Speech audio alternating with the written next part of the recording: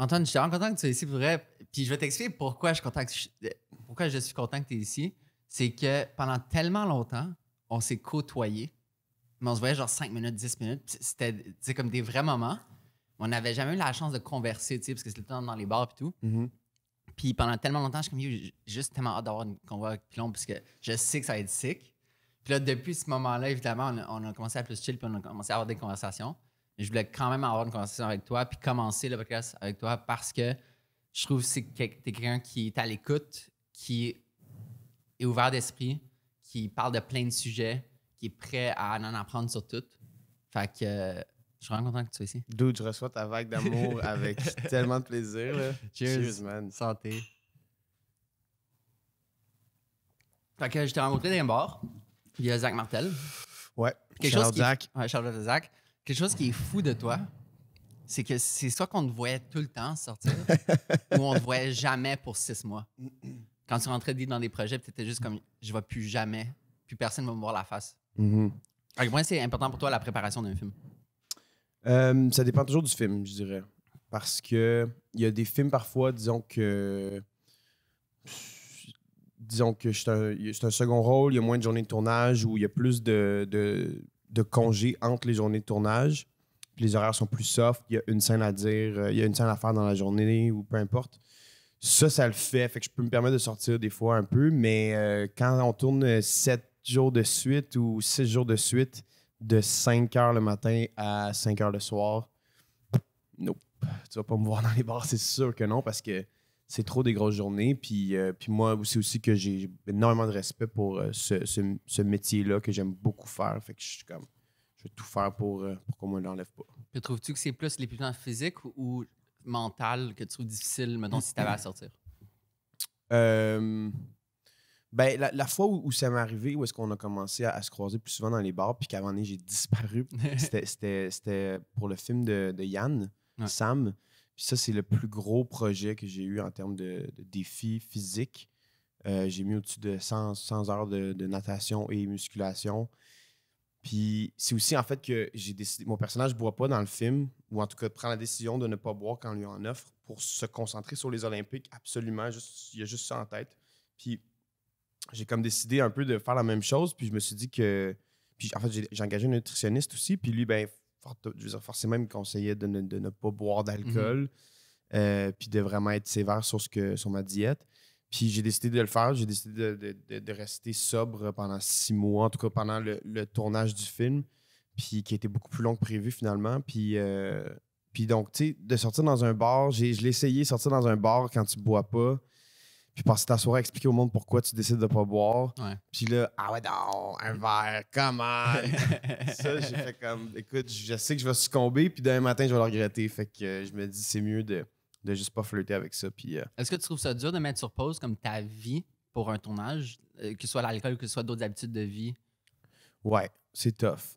Pour celui-là, j'ai trouvé ça tough. Parce que 6 mois, c'est quand même comme la moitié d'une année. Là. Ouais, ben c'est un été complet que j'ai fait en comme... plus, un été, tu sais, genre tous les festivals. Puis, tu sais, j'ai dit non au début au projet parce que ça me tente. Puis, en fait, c'est aussi que l'autre film d'avant, c'était avec Yann, c'était très physique aussi, puis je m'étais blessé, puis ça a été vraiment difficile. Fait que j'avais pas des bons souvenirs de tout ça. Pas de tourner avec Yann, mais vraiment juste d'aller vers quelque chose d'aussi physique. Puis là, c'était encore plus demandant parce que mon personnage, c'est un nageur, donc on voit ma forme physique, contrairement à l'autre où c'est un coureur, puis on peut tricher avec une doublure ou peu importe. Donc, ouais, ça a été difficile. J'ai dit non. Yann est revenu à la charge, heureusement, parce que je suis vraiment content de l'avoir fait. Mais ça a été difficile, ouais. Des fois, ça peut être vraiment tough. En même temps, il y a quelque chose d'extraordinaire à faire ce milieu-là. Donc, si c'est pour mettre un été de côté, moi, je suis prêt à le faire. Ouais. Si le scénario est bon, oui.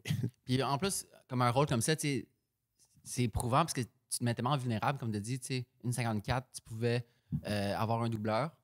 Mais là, le fait que c'est juste toi, ton corps, est-ce que tu trouves que ça ajoute un énorme niveau de plus de difficulté de te préparer à un rôle que justement, tu es comme quasiment nu à l'écran? Et donc, ta préparation, ça paraît?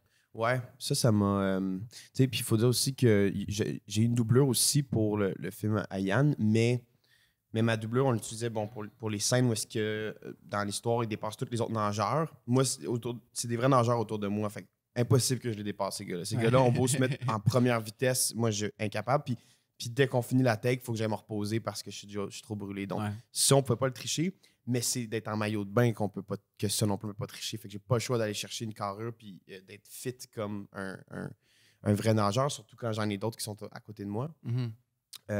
Puis ta question était... à quel point tu trouves ça plus éprouvant, une préparation à la fin de la préparation, tu es plus vulnérable parce qu'on te voit plus, tu sais? Ouais. Ben moi, ça, ce qui me faisait le plus peur sur ce tournage-là, c'était la pression avec le peu de temps que j'avais, de ne pas avoir le temps d'avoir la shape que je voulais. Puis qu'à côté des vrais nageurs, ben les gens disent il n'a vraiment pas l'air d'un nageur. Fait qu'on y croit pas. La technique aussi de nage qui est beaucoup plus difficile que moi, je pensais dans l'eau. Puis aussi d'être en speedo. C'est bizarre, mais comme il y a quelque chose de très vulnérable. Là, on voit toutes les shapes, toutes les formes. Puis moi, j'étais pas complètement à l'aise. Là, puis peut-être qu'on voit autre chose à l'écran, tant mieux si c'est le cas. Mais moi, j'étais très gêné de ça aussi. Puis ça rentrait dans les raisons pourquoi j'avais dit non au début. Mais j'imagine que ça a créé un précédent positif. J'imagine que c'était ton premier rôle que tu mettais autant vulnérable comme ça. Puis là, est-ce que pour le futur, tu penses que ça va se faire avec moins de barrières mentales? Oui, 100%. 100%. Puis il y a quelque chose de, j'ai l'impression, psychologique. Je n'étais pas confortable dans l'eau avant du tout. Puis j'ai une vidéo de ma première tentative de nage libre filmée par le coach de natation, Pierre Lamy. Fait que la première journée où est-ce qu'il m'évalue, puis la dernière journée de mon dernier entraînement avant le début du tournage, puis c'est comme, la première fois qu'il m'évalue, il a fait comme, boy, il a appelé Yann, puis il a fait, écoute Yann, je t'avoue que là, ce que tu me demandes, c'est un peu irréaliste, puis finalement, on a continué, puis ça a super bien été, mais j'ai vraiment l'impression que, je me suis rendu full plus à l'aise dans l'eau. Puis ça, j'ai l'impression qu'il y a quelque chose de psychologique qui est venu, qui est venu se déclencher chez... une évolution, vraiment, d'être vulnérable visuellement à la caméra, puis aussi de comme te lever, aller 3 fois semaine à 5-6 heures le matin dans l'eau frette pour aller nager 1 heure. C'est désagréable. C'est vraiment désagréable. Puis, j'ai vraiment senti qu'il y a eu une évolution là-dedans qui est au-delà de l'eau, juste de l'inconfort, tout ça. Je pense qu'il va me suivre pour les projets. Parce que je pense que depuis la dernière fois qu'on s'est vu, il y a 4 jours, le film Sam a gagné le prix du public au Festival de Dieppe. Oui, Festival de films canadien. Ça a été voté ce week-end, ça? Ça a été voté pendant le week-end, oui, exact. Donc, à la fin des 4 jours du festival, ils sortent les résultats. Puis, le public a full aimé ça. Puis, on nous a dit aussi que c'était le film qui a eu le plus d'entrées après le film d'ouverture. Mais tu sais, le film d'ouverture, tout le monde est là, donc c'est comme forcément. Mais puis, tu sais, une des premières projections était à 10 h le matin, puis il n'y a pas particulièrement de gens. L'autre, 2 jours plus tard, était à 2 h l'après-midi. Puis là, il y avait un peu plus de monde.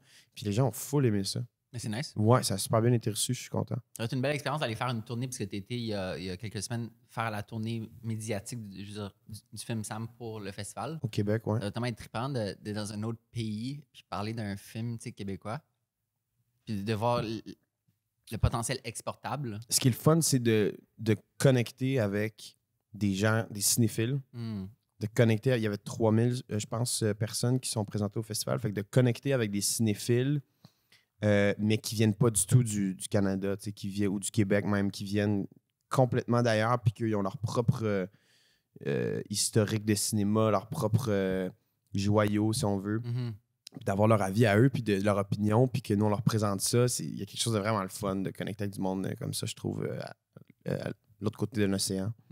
Puis en parlant de Sam, je l'ai déjà dit, puis je ne vais jamais arrêter de le dire, mais je suis extrêmement reconnaissant parce que j'ai commencé à faire de la photographie de plateau, de films puis de séries à cause de toi, parce que tu m'as invité sur le plateau de Sam, juste pour essayer l'expérience, parce que je t'avais demandé... En fait, j'avais découvert que la photographie de plateau, c'est du documentaire en bout de ligne, tu sais. Plus comme raffiné en termes de marketing, mais quand même de la photographie documentaire, tu documentes un projet artistique. Puis j'étais full curieux d'essayer l'expérience. Puis depuis ce jour-là, vu que tu m'as invité sur Sam, j'ai rencontré Yann, puis là, Yann, j'ai embarqué sur d'autres projets. Alors, jusqu'à ma mort, je vais être reconnaissant. Puis c'est fou que maintenant, on partage pas une industrie, mais comme un médium artistique qui est commun, puis qu'on le voit chacun de notre manière. Tu sais, c'est tellement fou, le cinéma, la télévision, qu'est-ce que, mettons, t'aimerais que les gens sachent sur le cinéma? Comme, mettons, en allant sur des plateaux pour la première fois, j'ai réalisé, tu sais, c'est tellement des longues journées, il y a tellement de gens qui travaillent tellement fort, c'est vraiment une grosse, belle fourmilière de gens qui sont talentueux, qui, chaque rôle dépend de l'autre. Ben, pas dépend directement, mais contribue à créer un tout qui est uniforme. C'est quoi que t'aimerais ça que les gens sachent Sur l'art du cinéma ou... lors de tourner un film Ouais. ou OK. De tourner un film. C'est éprouvant, comme je pense pas que les gens réalisent. C'est un travail d'équipe. Ouais. C'est ça, je pense, d'abord et avant tout. Il y a une espèce de format qui est construit en ce moment qui met beaucoup les gens qu'on voit devant la caméra de l'avant ou les réalisateurs. Puis, je peux comprendre pourquoi un peu, parce que bon, c'est le premier repère que le public a quand on regarde un film, puis c'est eux qui sont un peu nos guides à travers l'histoire qu'on se fait raconter. Mais c'est vraiment un travail d'équipe, énormément. Puis moi, les projets sur lesquels j'ai tourné, j'ai travaillé dans le passé, n'auraient pas été les mêmes si les gens que j'ai... La majorité, puis je dis vraiment la grande majorité, parce que c'est presque jamais arrivé que j'ai croisé des gens qui étaient comme désagréables ou qui faisaient ralentir le processus. Puis vraiment, là, ce serait pas pareil si c'était pas du respect de ces gens-là, la gentillesse, l'écoute, le support. Fait que c'est vraiment un travail d'équipe pour de vrai, puis c'est important. Puis malheureusement, ben, on les met moins de l'avant. Il y en a qui aiment mieux ça, travailler dans l'ombre et tout, mais c'est important. Puis je pense que c'est ça que souvent les gens pensent pas. C'est vraiment un travail d'équipe. Puis, si, mettons, est-ce qu'il y a des différences sur comment tu approches un film versus une série télé? En termes de mindset, en termes de préparation? À quel point ça diffère? Parce qu'on s'entend que c'est comme c'est la même création, c'est les mêmes équipes. Oui, c'est particulier parce qu'il y a des séries télé où est-ce que des fois on va te présenter disons que c'est une mini-série comme il se fait de plus en plus, puis il y a 5 épisodes. Ben, peut-être qu'ils vont être capables généralement, ils vont avoir les 5 épisodes décrits déjà. Donc, ils vont te montrer les 5 épisodes, ils vont faire ça t'intéresse-tu, tu les vois tous, tu lis le grand scénario, mettons. Mais il y a des longues séries télé, des fois, comme la majeure partie, tu sais pas qu'est-ce qui va arriver à ton personnage dans la 6e saison ou dans la 3e saison, peu importe. Donc, c'est un peu un risque, des fois, d'embarquer sur des séries télé, contrairement à un film où est-ce que tu lis le scénario de A à Z une fois que tu as fini les auditions et tout, il te montre le scénario, puis bon, là, s'il y a une scène à la fin que tu fais comme « Hey, pelay ça, incapable pour telle raison, X raison », ben là, tu sais dans quoi tu t'embarques, vraiment. Après ça, le montage peut changer bien des choses après, mais au moins, ce que tu as physiquement à tourner devant la caméra, tu vois tout ce qui s'en vient. Il y a quelque chose de très sécuritaire là, que moi, je trouve très sécurisant là-dedans. Puis pourquoi l'inconnu... Mettons, on dirait que le parallèle que je peux faire, c'est Mylène Macaille qui m'avait dit qu'elle, mettons, elle a la misère à embarquer dans des rôles qu'elle ne croit pas. Fait que toi qui dis ça, comme est-ce que c'est parce que ne sachant pas le futur en termes de la trame narrative de ton personnage, vu que tu peux pas voir la globalité de la chose, tu sais pas si tu vas y croire en totalité ou c'est pour d'autres raisons? Bonne question. Non, je pense pas que c'est de pas y croire parce que moi, j'en ai fait des séries télé où est-ce que je savais pas ce qui allait arriver à mon personnage du tout. Puis ça m'empêche de pas savoir où il s'en allait, ça m'empêchait pas ça m'a pas empêché de le faire, tu sais, du tout. On prend toujours un risque quand on embarque sur un projet, tout le temps. Ça se peut que ça chie au milieu, ça se peut que ce soit un succès, ça se peut que ce soit le pire projet de l'année. Il y a toujours un risque. Mais c'est sûr que moi, mettons, j'aime beaucoup savoir tout ce que j'ai à faire. Savoir vraiment le point de départ puis le point d'arrivée du personnage.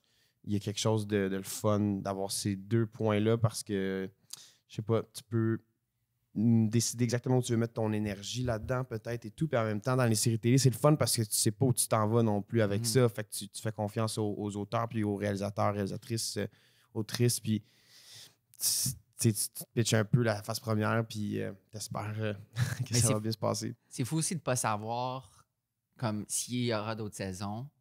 Puis un peu, tu sais, une fois que tu commences, tu sais, oui, il y a place à la renégociation, mais de pas savoir, tu sais, comme Noah qui doit se raser les cheveux pour Brasser Rouge, tu sais, c'est huge ça, tu sais, comme commitment. Puis peut-être, on sait pas, peut-être qu'il va y avoir 6 saisons, tu sais. Fait que juste la surprise de pas savoir le futur. Mettons District 31, j'écoute pas de District 31, mais justement de respect pour le marathon que toute l'équipe a passé au travers, tu sais, en termes des acteurs, l'équipe technique et tout. Tu sais, c'est tellement beaucoup de journées de tournage, je peux même pas Beaucoup imaginer. de textes aussi, Beaucoup là. de textes Moi, non-stop. Ah, man, j'ai entendu des gens me dire que le nombre de pages qu'ils faisaient par jour, je sais pas c'est quoi, mais c'est aussi là, énormément de textes. Ça, c'est aussi écrit comme, pas en live, mais tu sais, au fur et à mesure que la saison avance, me semble que Ouais. c'est écrit. Ouais, puis après ça, tu sais, du côté des. Bon, là, on parle du côté des acteurs, mais du côté des auteurs aussi, c'est un gros risque parce que s'il y a un de tes comédiens qui se blesse ou qui disparaît ou je sais pas, peu importe, tu sais, ben là, eux autres, ils font quoi avec ce personnage-là, tu sais? Qu'est-ce qu'ils font? Fait que ils vont-tu le remplacer par un autre comédien, une autre comédienne? Est-ce qu'ils vont le faire mourir? Fait que ça, les shows, là, tu sais, par exemple, j'ai fini il y a l'année passée ou quelques mois, Les Sopranos pour la première fois, qui est 6 saisons, je pense, de 13 épisodes, si je ne me trompe pas. Puis la dernière, il y en a 26 ou 23, quelque chose du genre. Puis c'est tellement beaucoup d'épisodes pour une saison. Si je ne me trompe pas, c'est tous les mêmes personnages, du début à la fin. Oh. Mais comme à tous les niveaux, là. Je pense qu'il n'y a jamais quelqu'un qui a été recasté, puis c'est fou quand même, c'est impressionnant de voir ça. Game of Thrones aussi, je pense que c'est un peu la même chose. Je pense qu'il y a un acteur qui a changé, mais bref, ça pour dire que des gros morceaux, même des gros projets de plusieurs saisons, là, c'est n'importe quoi peut arriver. C'est vraiment risqué. Il fait quelque chose de grandiose dans les séries télé qui ont plusieurs saisons comme ça aussi, ouais. Est-ce que tu es déjà rentré dans une saison après la première saison? Comme dans une nouvelle série pour toi qui renaît déjà? Non, je pense pas. Ça doit quand même être intimidant, tu sais, de rentrer dans sûr. La familiarité d'une équipe technique. Surtout si tu remplaces quelqu'un qui est plus là, tu sais. C'est sûr. C'est sûr, parce qu'il y a un esprit de famille qui se fait. Là. Moi, j'ai fait peut-être des 5 ans sur des séries, puis... C'est fou, ça. C'est beaucoup de temps. Puis il y a tout le temps des changements de personnes, de personnel de l'équipe. Il y a tout le temps, soit devant ou derrière la caméra, mais c'est... Ouais, il faut que tu fasses ta place, puis, tu sais... Ça se fait bien, généralement. Là. Je veux dire, on n'est pas au secondaire ou au primaire. Mais oui, il y a ça définitivement. Il y a vraiment un esprit de famille qui se crée. Là. Ouais. Ah, c'est pas vrai. Je suis rentré dans Tactique. Je viens d'avoir un flash. Tactique, puis c'était ça. J'étais super intimidé dans le sens que je suis arrivé dans la saison 5. Je suis arrivé dans la dernière saison qui était même la 6. Puis j'étais content parce que c'est la première fois que je travaillais avec autant de jeunes de mon âge, ou presque. Puis j'avais vraiment hâte de me faire des amis dans le milieu quand je commençais. Puis oui, c'était intimidant. Je rentrais là, puis il y avait déjà tous les jeunes qui étaient amis entre eux, puis les inside jokes avec des années passées qui suivaient tout. Puis ouais, il faut que tu fasses ta place un peu, mais ça s'est bien fait, je trouve. Les gens sont cool généralement. Une des raisons pourquoi je suis reconnaissant que tu es ici aujourd'hui, c'est que tu donnes peu d'entrevues. Puis je pense, une similitude dans le moi et toi, c'est qu'on partage la même idéologie de laisser le travail parler et pas parler par nous-mêmes. Puis ça, je trouve ça super respectable et noble, tu sais, de vraiment tout focus sur son craft, pousser sa technique, pousser son apprentissage, puis vraiment laisser son travail parler. Ouais. À partir de quand cette idéologie a commencé? Où est-ce que tu as commencé ça? Définitivement pas au début. Là, ça a grandi, je pense, à l'intérieur de moi au fur et à mesure. Je pense que, tu sais, c'est de quand tu commences à être... quand tu commences à être face à des gens qui critiquent ton travail, que ce soit positif ou négatif, puis tu as les réseaux sociaux, puis les gens qui donnent leur opinion aussi, qui ne sont pas des critiques, puis que tout le monde commence à donner leur opinion sur ton travail, moi, mettons, ça m'a renfermé un peu. Vraiment, il y a quelque chose que j'ai fait, oh, OK, là, bon, si j'ai dit ça, ça va choquer lui. Si j'ai porté telle affaire, ça va choquer elle, ou peu importe. Puis il y a quelque chose à un moment donné où est-ce que tu fais comme, hey, moi, pourquoi je suis en train de me faire interviewer à la base? Parce que je pense que c'est parce que je suis comédien. Puis c'est ça que j'ai envie de continuer à faire. Puis c'est ça qui me rend le plus heureux. Fait que j'ai comme commencé à faire attention aux entrevues un peu. Puis juste me concentrer. Parce que je voyais, en fait, c'est ça. Après ça, tu deviens super self-conscious quand tu te regardes en entrevue. Puis il y en a beaucoup qui le font pas, puis je comprends pourquoi. Des acteurs qui le font pas, acteurs, actrices qui le font pas, puis je comprends pourquoi. Ouais. Puis c'est ça, moi, ça a commencé, c'est un peu ça. Fait que j'ai fait comme, bon, je vais juste slacker là-dessus, puis je vais mettre plus de temps sur mon travail qui me stimule bien plus que faire des entrevues. Ceci étant dit, j'aime faire des entrevues. Il y en a que j'ai eu beaucoup de plaisir dans le passé, puis il y en a qui sont très intéressantes à faire. Puis moi, j'ai été inspiré par des gens que j'ai vus en entrevue aussi, donc. Comme qui? Plus jeune, beaucoup dans les émissions de télé. Après ça, j'essaie d'aller voir des entrevues de mes idoles de VRAC TV. Ouais, c'est ça. J'ai pas de nom qui me viennent en tête tout de suite, mais je sais que j'allais faire mes recherches sur eux autres. Puis là, j'ai regardé comment ils agissent en entrevue. Puis je sais qu'il est vraiment différent de ça. Puis il y a quelque chose aussi de donner le moins de soi personnel possible pour laisser tes personnages parler. C'est vrai. Moi, c'est ça aussi, je pense. C'est vraiment une dédication au personnage que tu crées, puis en fait, que tu amènes en vie, tu sais. On dirait que c'est tout à ton honneur de faire ça. Puis j'ai un feeling que c'est un peu inspiré par aussi des acteurs, je pense que tu respectes beaucoup, comme Leonardo DiCaprio, tu sais, qui... On dirait qu'il s'en fout, tu sais, comment de... Ce qui m'impressionne de lui, surtout, j'aime beaucoup son jeu, évidemment. Ce qui m'impressionne de lui, surtout, c'est l'ampleur de sa carrière, puis qu'il arrive à garder une tête froide comme ça. Qui arrive vraiment à garder... Moi, je le vois aller, encore une fois, dans peu de médiums différents, parce qu'il diminue son image aussi un peu, il limite son image. Puis, tu sais, il semble sain, il semble heureux, il semble... Fait qu'il y a quelque chose d'impressionnant là-dedans. Là, c'est quelque chose qui se passe aux États-Unis, puis dans les endroits où est-ce que le végétarien est beaucoup plus soulevé qu'au Québec, qui a l'air difficile, puis qui a l'air vraiment malsain, là. Ouais. C'est fou, là. C'est juste les paparazzis, là. Ouais, tu sais, juste ça, là.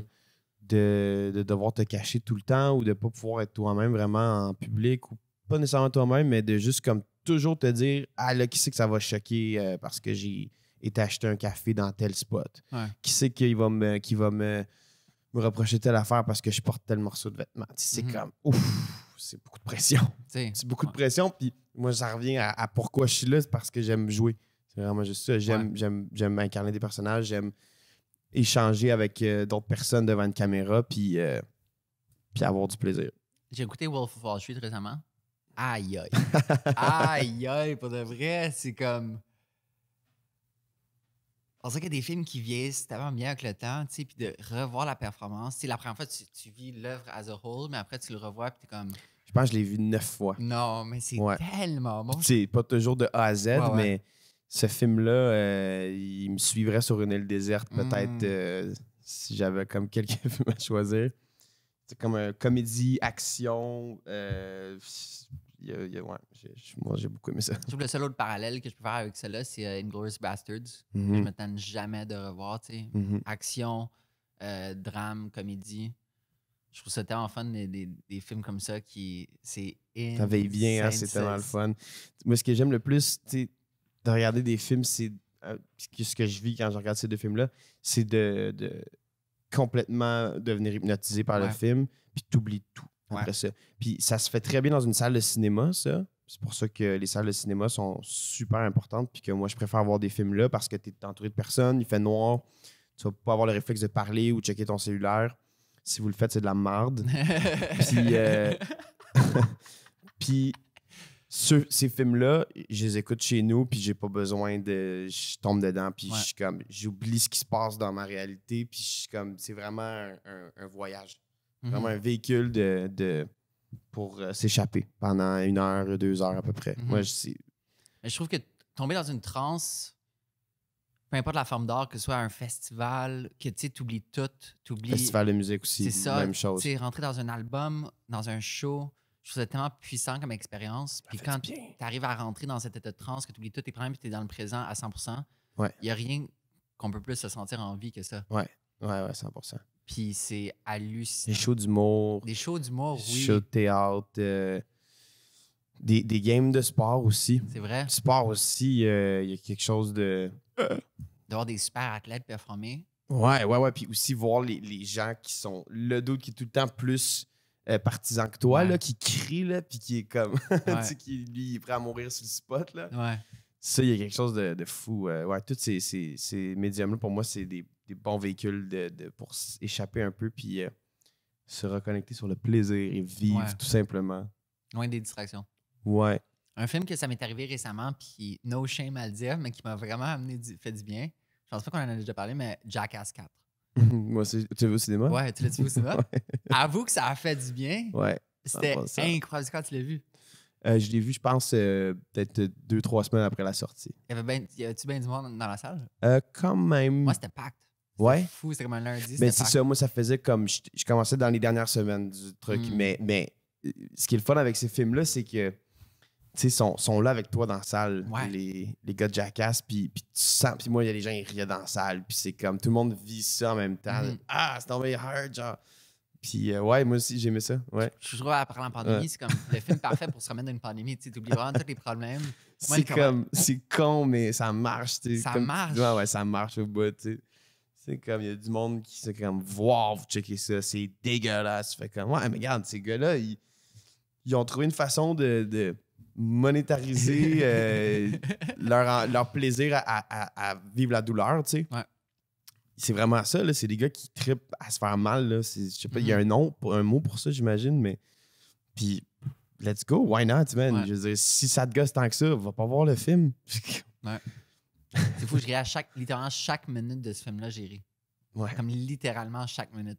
Puis je trouvais ça fou à la fin que... C'est cascadeur, mais comme slash dégueu. Ouais, genre, c'est ça. Des bums cascadeurs. Ouais, Avec aucun professionnalisme, sauf des bonnes idées. Des bonnes mauvaises idées. Ouais, des bonnes mauvaises idées. Super original. Originalité 10 sur 10. Puis tu sais, même à la fin, quand ils comparent comme leur stun qui faisait live, je pense qu'ils ont 50 ans, puis là, ils comparaient ça il y a 20-25 ans qui faisaient les premières saisons de Jackass, puis de voir qu'ils faisaient les mêmes stunts, comme le rodéo, mettons, tu sais, quand il se fait frapper par un taureau. Ouais, puis là, il part en ambulance. Puis là, il part en ambulance, mais comme quand ils ont recomparé le vieux footage qui a fait la même chose, il a fait le même nombre de flips, tu sais, il s'est relevé, puis tout était correct, mais là, 20-25 ans plus tard, il part en ambulance. Ils sont courageux, man, de retourner là. C'est comme... C'est fun qu'ils avaient ça en vient de vieux, les bonhommes, quand même. Là. C'est parce qu'ils ont vraiment des cicatrices de leur film passé. Ils ont vraiment plein de cicatrices. Là. Il leur manque des dents, ils ont des côtes de brisées, puis ils sont toujours là. Ça va tellement être une folle expérience de filmer ça. C'est comme à peine une équipe technique, mettons, à part la... Ouais. Faut que t'aimes ça, parce que je pense aux caméramans qui se mettent toujours à vomir. Ils sont vieux, tu sais. C'est comme, aïe! Ça me fait tellement rire. C'est les mêmes caméramans que Back in the Days, je pense. Ouais, ils ont gardé leur équipe proche quand même. Puis là, tu vois qu'ils ont rentré des nouveaux pour la relève un peu. Là. Ouais, la franchise va durer, moi, je pense. Il y a vraiment une grosse crowd pour ça. Là. Imagine s'ils font ça encore à 60 ans, 70 ans, ça serait fou. Ils vont sûrement venir dans les prochains, mais avec des apparitions plus smooth, I guess. Ouais. Quelque chose que tu as souvent parlé dans le passé, dans nos conversations, c'est à quel point tu étais dédié à ton rôle puis à quel point tu es prêt à te casser un doigt s'il le faut. Je suis pas mal sûr, j'avais dit couper un doigt. Qu'est-ce que je viens de dire? Qu'est-ce que je viens de dire? Casser. Mais à y repenser, c'est mieux. J'aimerais mieux me le casser que me le couper, mais pour de vrai... J'avoue qu'il y a une différence. Pour de vrai, là, c'est comme il y a des... Je sais pas, c'est dur à expliquer. Je me vois faire rien d'autre que ça. Vraiment rien d'autre que ça. Puis, tu sais, je suis vraiment prêt à dépasser mes limites pour bien des affaires. C'est parce que ça part comme d'un... Ouais, est-ce que tu dirais que ça part d'un sens du devoir profond? Du devoir? Ouais, comme mettons... Comme une responsabilité, genre, un peu? Ouais, le parallèle que moi, je peux faire, c'est comme, mettons, quand je pars couvrir une révolution au Liban, tu sais, quand je vois des images d'une explosion sur les nouvelles, c'est tellement un sens du devoir profond en moi que, justement, les risques, on s'en fout des risques parce que, justement, je peux c'est plus puissant que moi d'être là-bas. Ça vient de sense of purpose. Ouais. C'est meaningful. Est-ce que tu dirais que, justement, tu es prêt à faire des choses un peu à l'extrême comme ça, de par un sens du purpose ou juste par un amour du métier? Je pense que c'est ce qui me stimule le plus que j'ai trouvé, d'être sur un plateau, de me faire donner une note, de l'appliquer, puis de satisfaire le L'Oréal, puis après ça, même des fois, de dépasser ça, puis les surprendre, puis qu'ils fassent comme « wow », puis vraiment, c'est vraiment sur les plateaux de tournage que je vis mon buzz. Je pense que c'est de là que ça vient, tout simplement. C'est comme... J'ai commencé quand même jeune, puis il y a des trucs avec lesquels j'ai eu de la difficulté plus jeune dans ma vie personnelle, puis ça a été un échappatoire qui a tellement pris soin de moi plus jeune. Donc, j'ai comme grandi avec comme mon meilleur ami un peu, ou comme mon ange gardien, si on veut. Puis les gens que j'ai côtoyés là-dessus étaient tellement présents pour moi, tu sais, puis on dirait qu'à cause de ça, ma relation avec les plateaux de tournage et c'est renforcé. Comme un safe haven pour toi, tu dirais? Ouais. Wow. Ouais, c'est l'endroit où je me sens le plus à ma place. Ah ouais? Ouais, sur un plateau de tournage, vraiment. Puis le plus stimulé. Puis des fois, je veux dire, c'est des grosses journées. Des fois, c'est de la merde. T'as envie de partir, tu sais, comme n'importe quoi. Mais c'est vraiment là où je suis le plus stimulé. Puis que j'ai comme un sentiment, un besoin qui est comblé fort d'être stimulé. Puis d'avoir l'impression de créer. Puis je reviens chez nous, puis je m'endors, puis je suis heureux. Fait que je pense que c'est pour ça que je suis prêt à aller jusqu'à des trucs vraiment dépasser mes limites.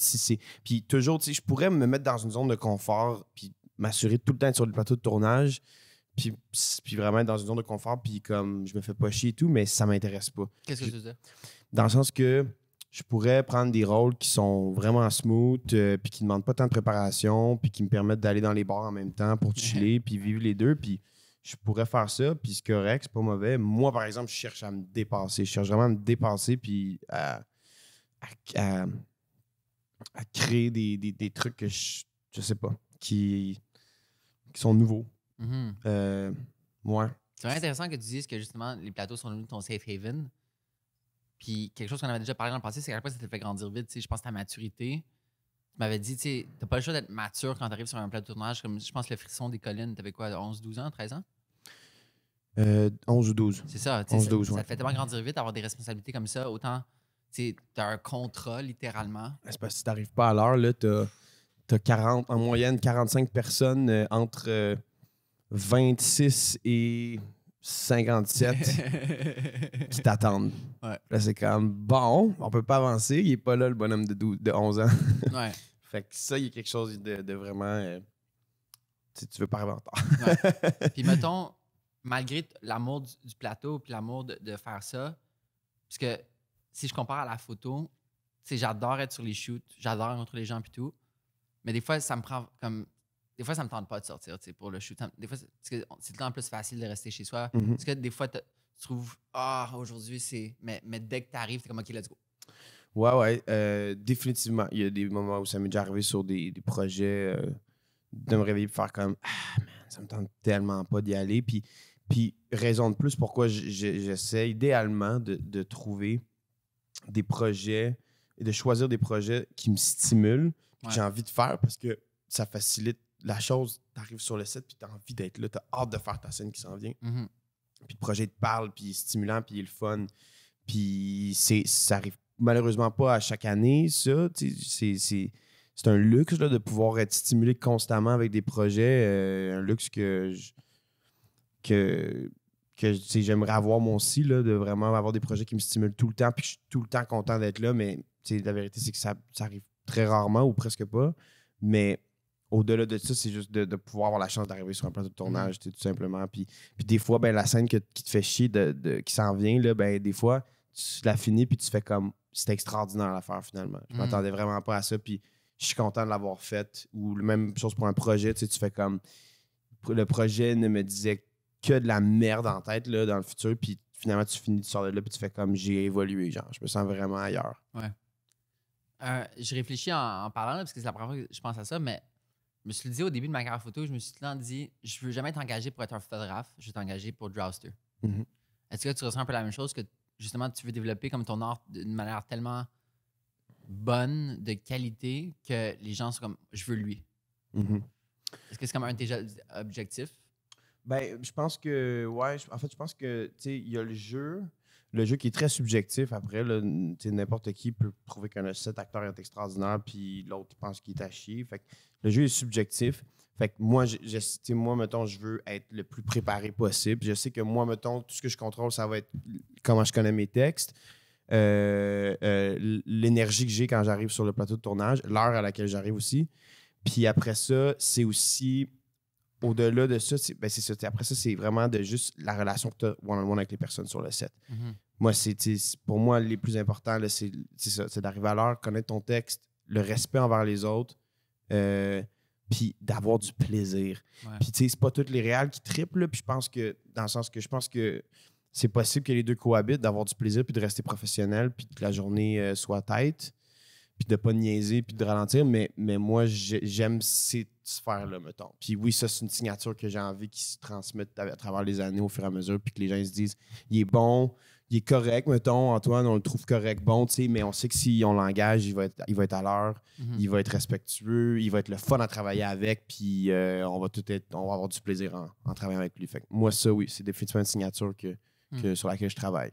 Ouais. Je pense aussi le milieu privilégie de plus en plus des bonnes personnes, tu sais. Avec les vagues de MeToo puis tout, tu sais, on veut des gens qui sont non seulement à l'heure puis tout, mais respectueux, égalitaires, tu sais, des plateaux. 100%. Les deux peuvent cohabiter. Tu peux avoir quelqu'un qui est bon puis quelqu'un qui est à l'heure aussi. Tu n'es pas obligé d'avoir quelqu'un qui est super difficile à travailler avec, mais qui est extraordinaire dans le jeu, tu sais, dans le sens que moi, je pense qu'il peut y avoir les deux. Quelque chose que j'ai découvert en étant sur le bateau, c'est que le jeu, c'est vraiment rentrer dans l'intérieur de l'humain. C'est rentrer dans la psychologie de l'humain. Comme mettons, quand Yann, il va donner des directions à un acteur, fait plus ça. C'est moi, j'ai rien vu de différent, mais j'imagine, tu sais, qu'un réalisateur a pris le temps de voir les subtilités dans le jeu, parmi les 1000 autres choses qu'un réalisateur doit focus dessus. Tu veux dire que quand il va venir après une take, puis il va dire, genre, je la veux plus fâchée, toi, après ça, ce qu'il va après, lui, il va dire comme parfait, on l'a, toi, tu vas être comme, j'ai pas vu de différence. C'est la même chose. Je trouve que ça joue beaucoup dans la psychologie, dans l'humanité. Est-ce que c'est quelque chose que tu t'es forcé à apprendre dans ta perfection, perfection du jeu? Je pense pas. Moi, ça revient, honnêtement, pour le simplifier, là, ça revient juste à satisfaire le réal ou la réal. Puis il y a bien des gens qui me diraient comme non, c'est important que toi, tu aies ta vision en tant que comédien, comédienne, mais moi,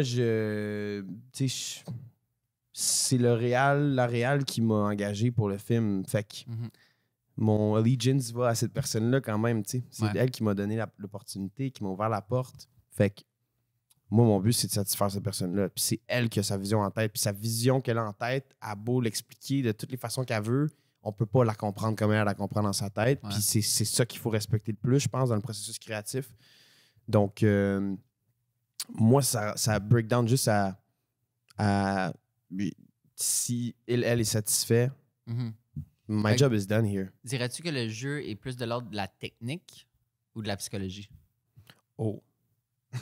Bonne question. Je sais pas.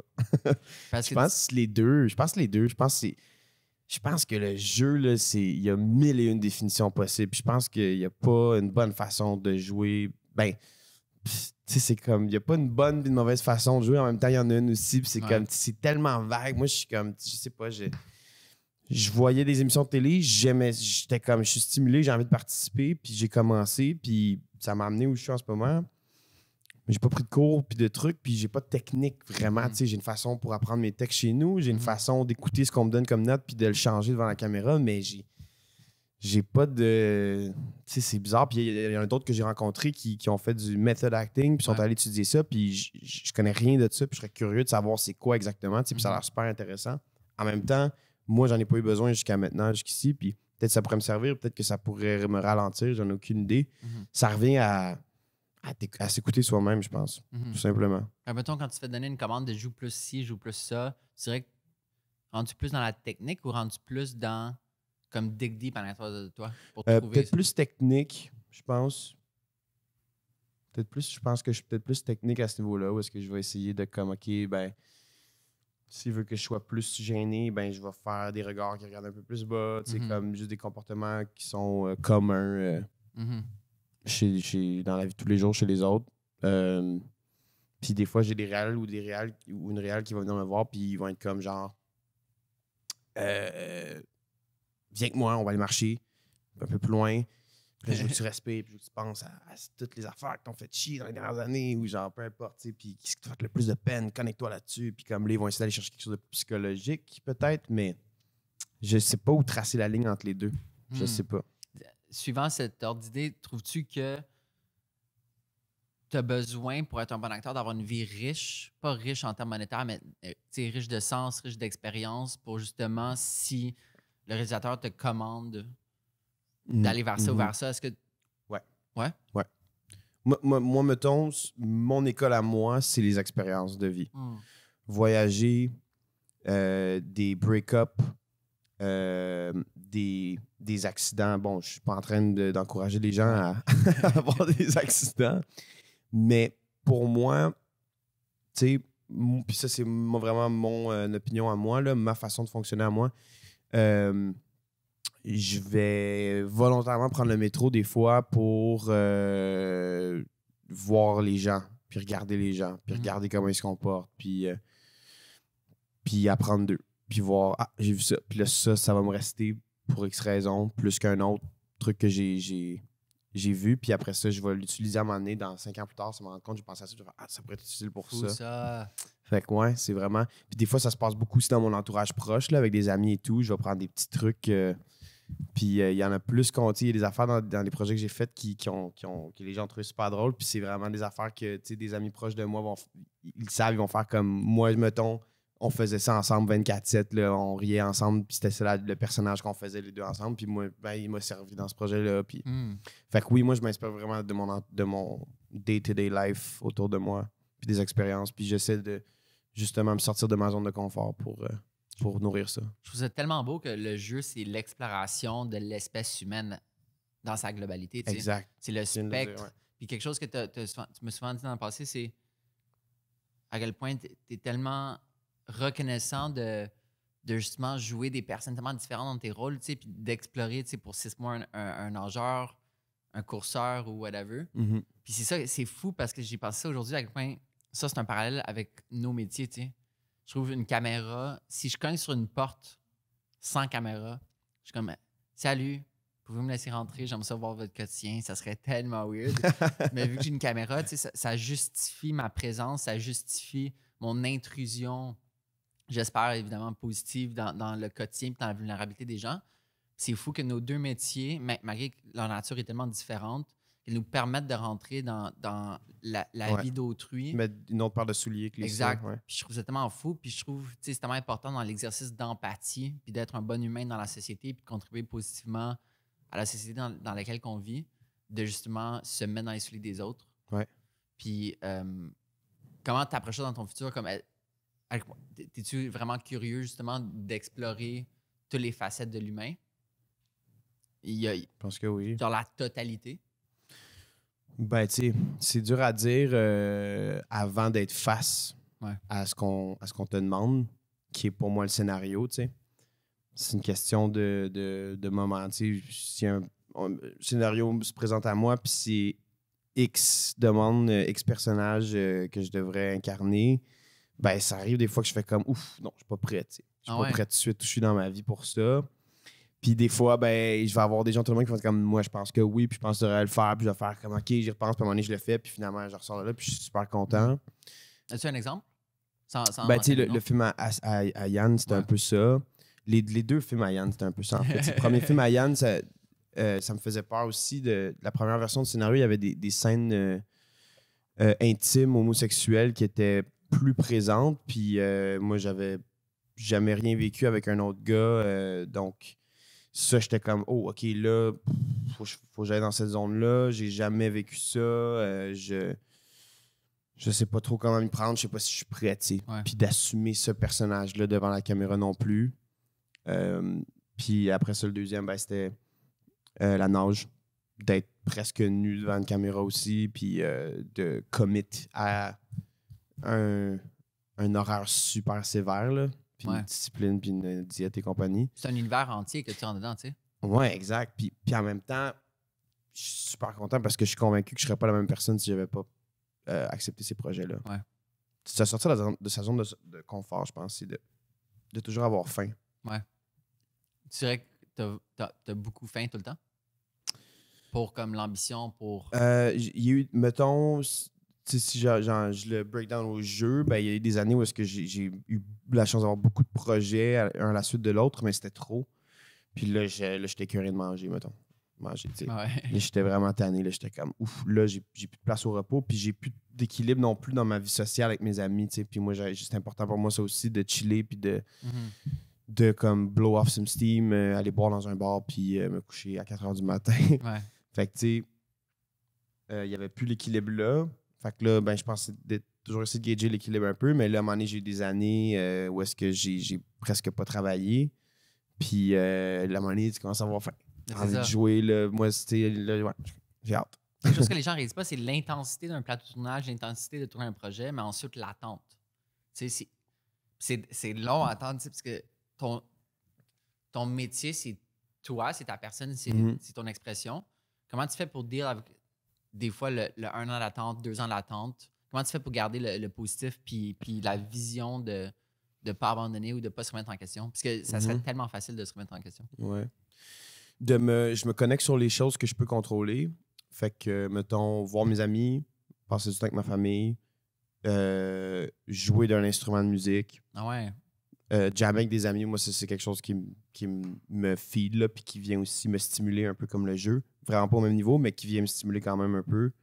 D'aller voir des films au cinéma, de voyager, d'aller faire un pique-nique au parc Jeanne-Mance. Mais c'est banal dans le sens que tout le monde a ses propres réponses pour ça. Fait que pour moi, c'est juste d'aller me connecter sur les trucs qui me rendent heureux à ce niveau-là. Ouais. Est-ce que des fois, quand tu te réveilles, mettons dans les longues périodes d'attente, tu te réveilles et tu es comme fuck, qu'est-ce que je fais aujourd'hui? Comme comment tu approches un quotidien quand tu te réveilles, tu sais?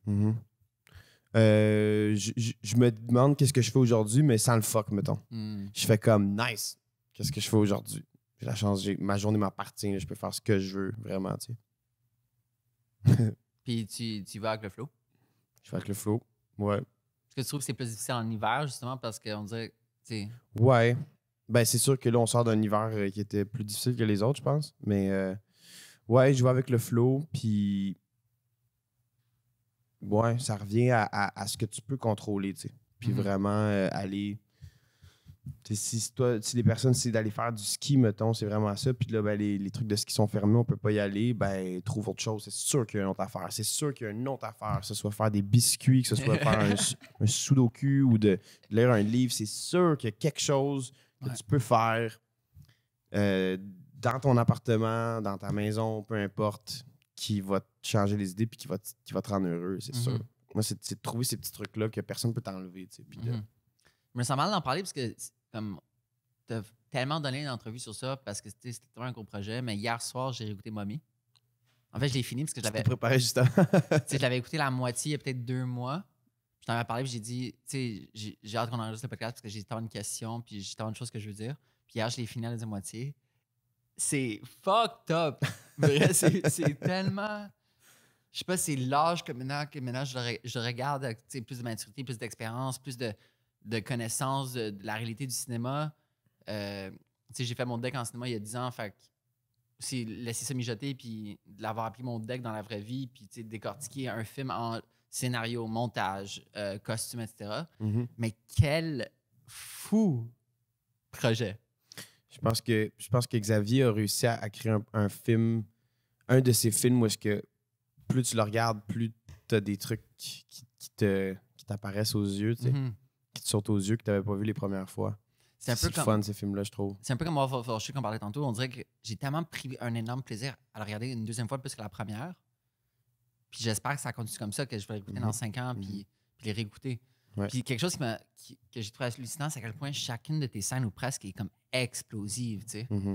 Hey, j'ai eu des mal de tête sur ce tournage-là, mon gars, à crier. Là. On dirait que j'ai laissé tout mon bagage de cris qui dormait en moi pour le reste de ma vie sur ce tournage-là. No way!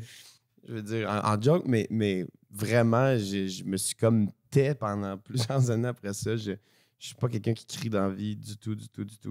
Fait que puis je pense que j'ai comme tout laissé ça là, en tout cas pour plusieurs années à venir.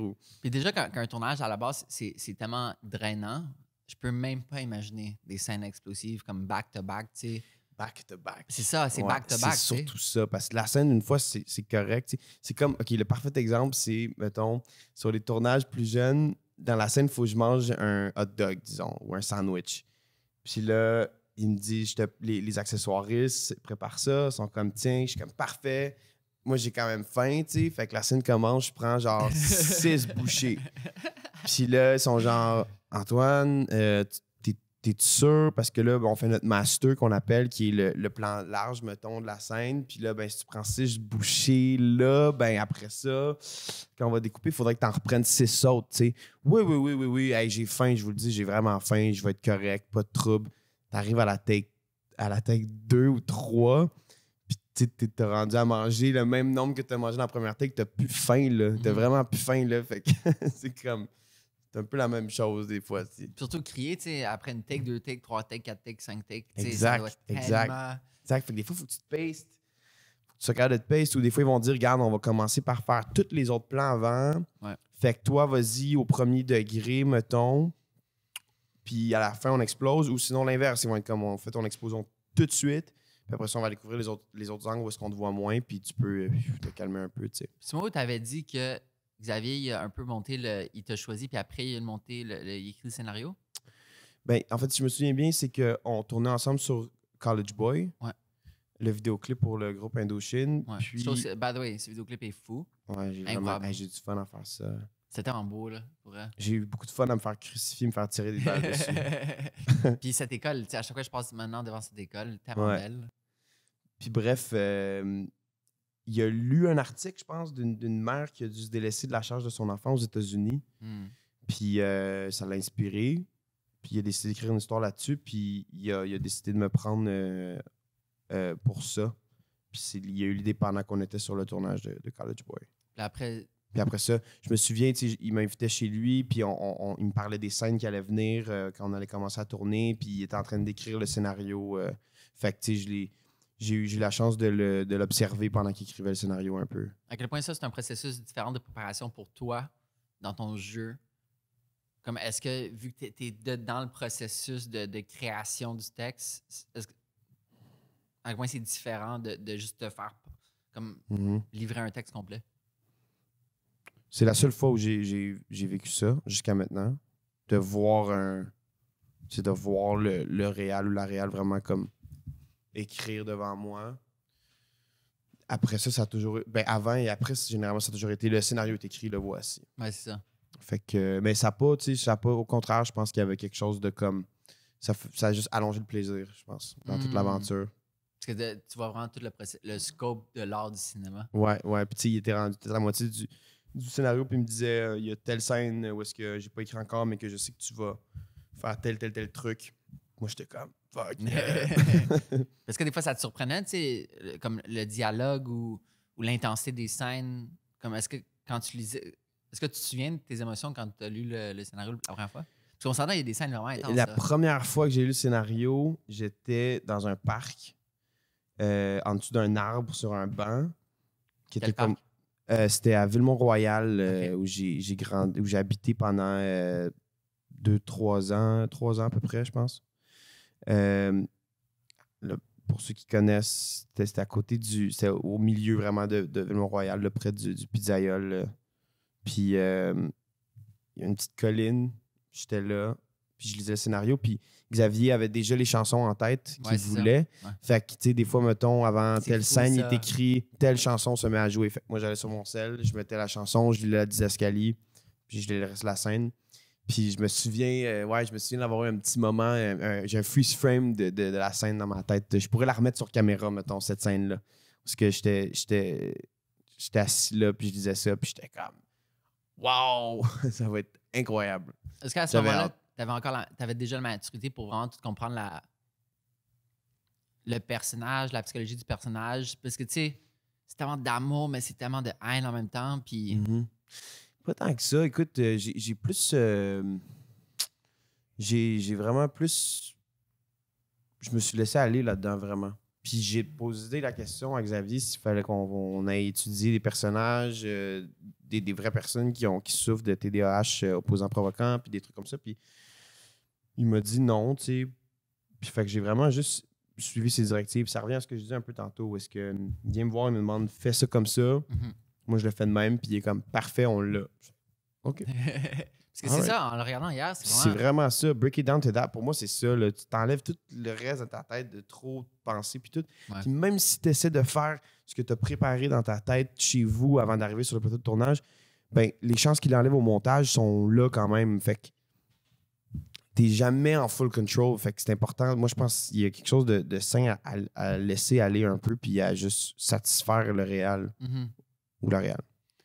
Puis, quelque chose que j'ai réalisé plus que jamais, on dirait Mommy, c'est un film tellement c'est un film sur tellement de choses, mais beaucoup sur la maladie mentale, tu sais. Puis on dirait qu'aujourd'hui, on parle plus de maladie mentale que jamais, tu sais, de l'importance d'en parler puis de normaliser ça.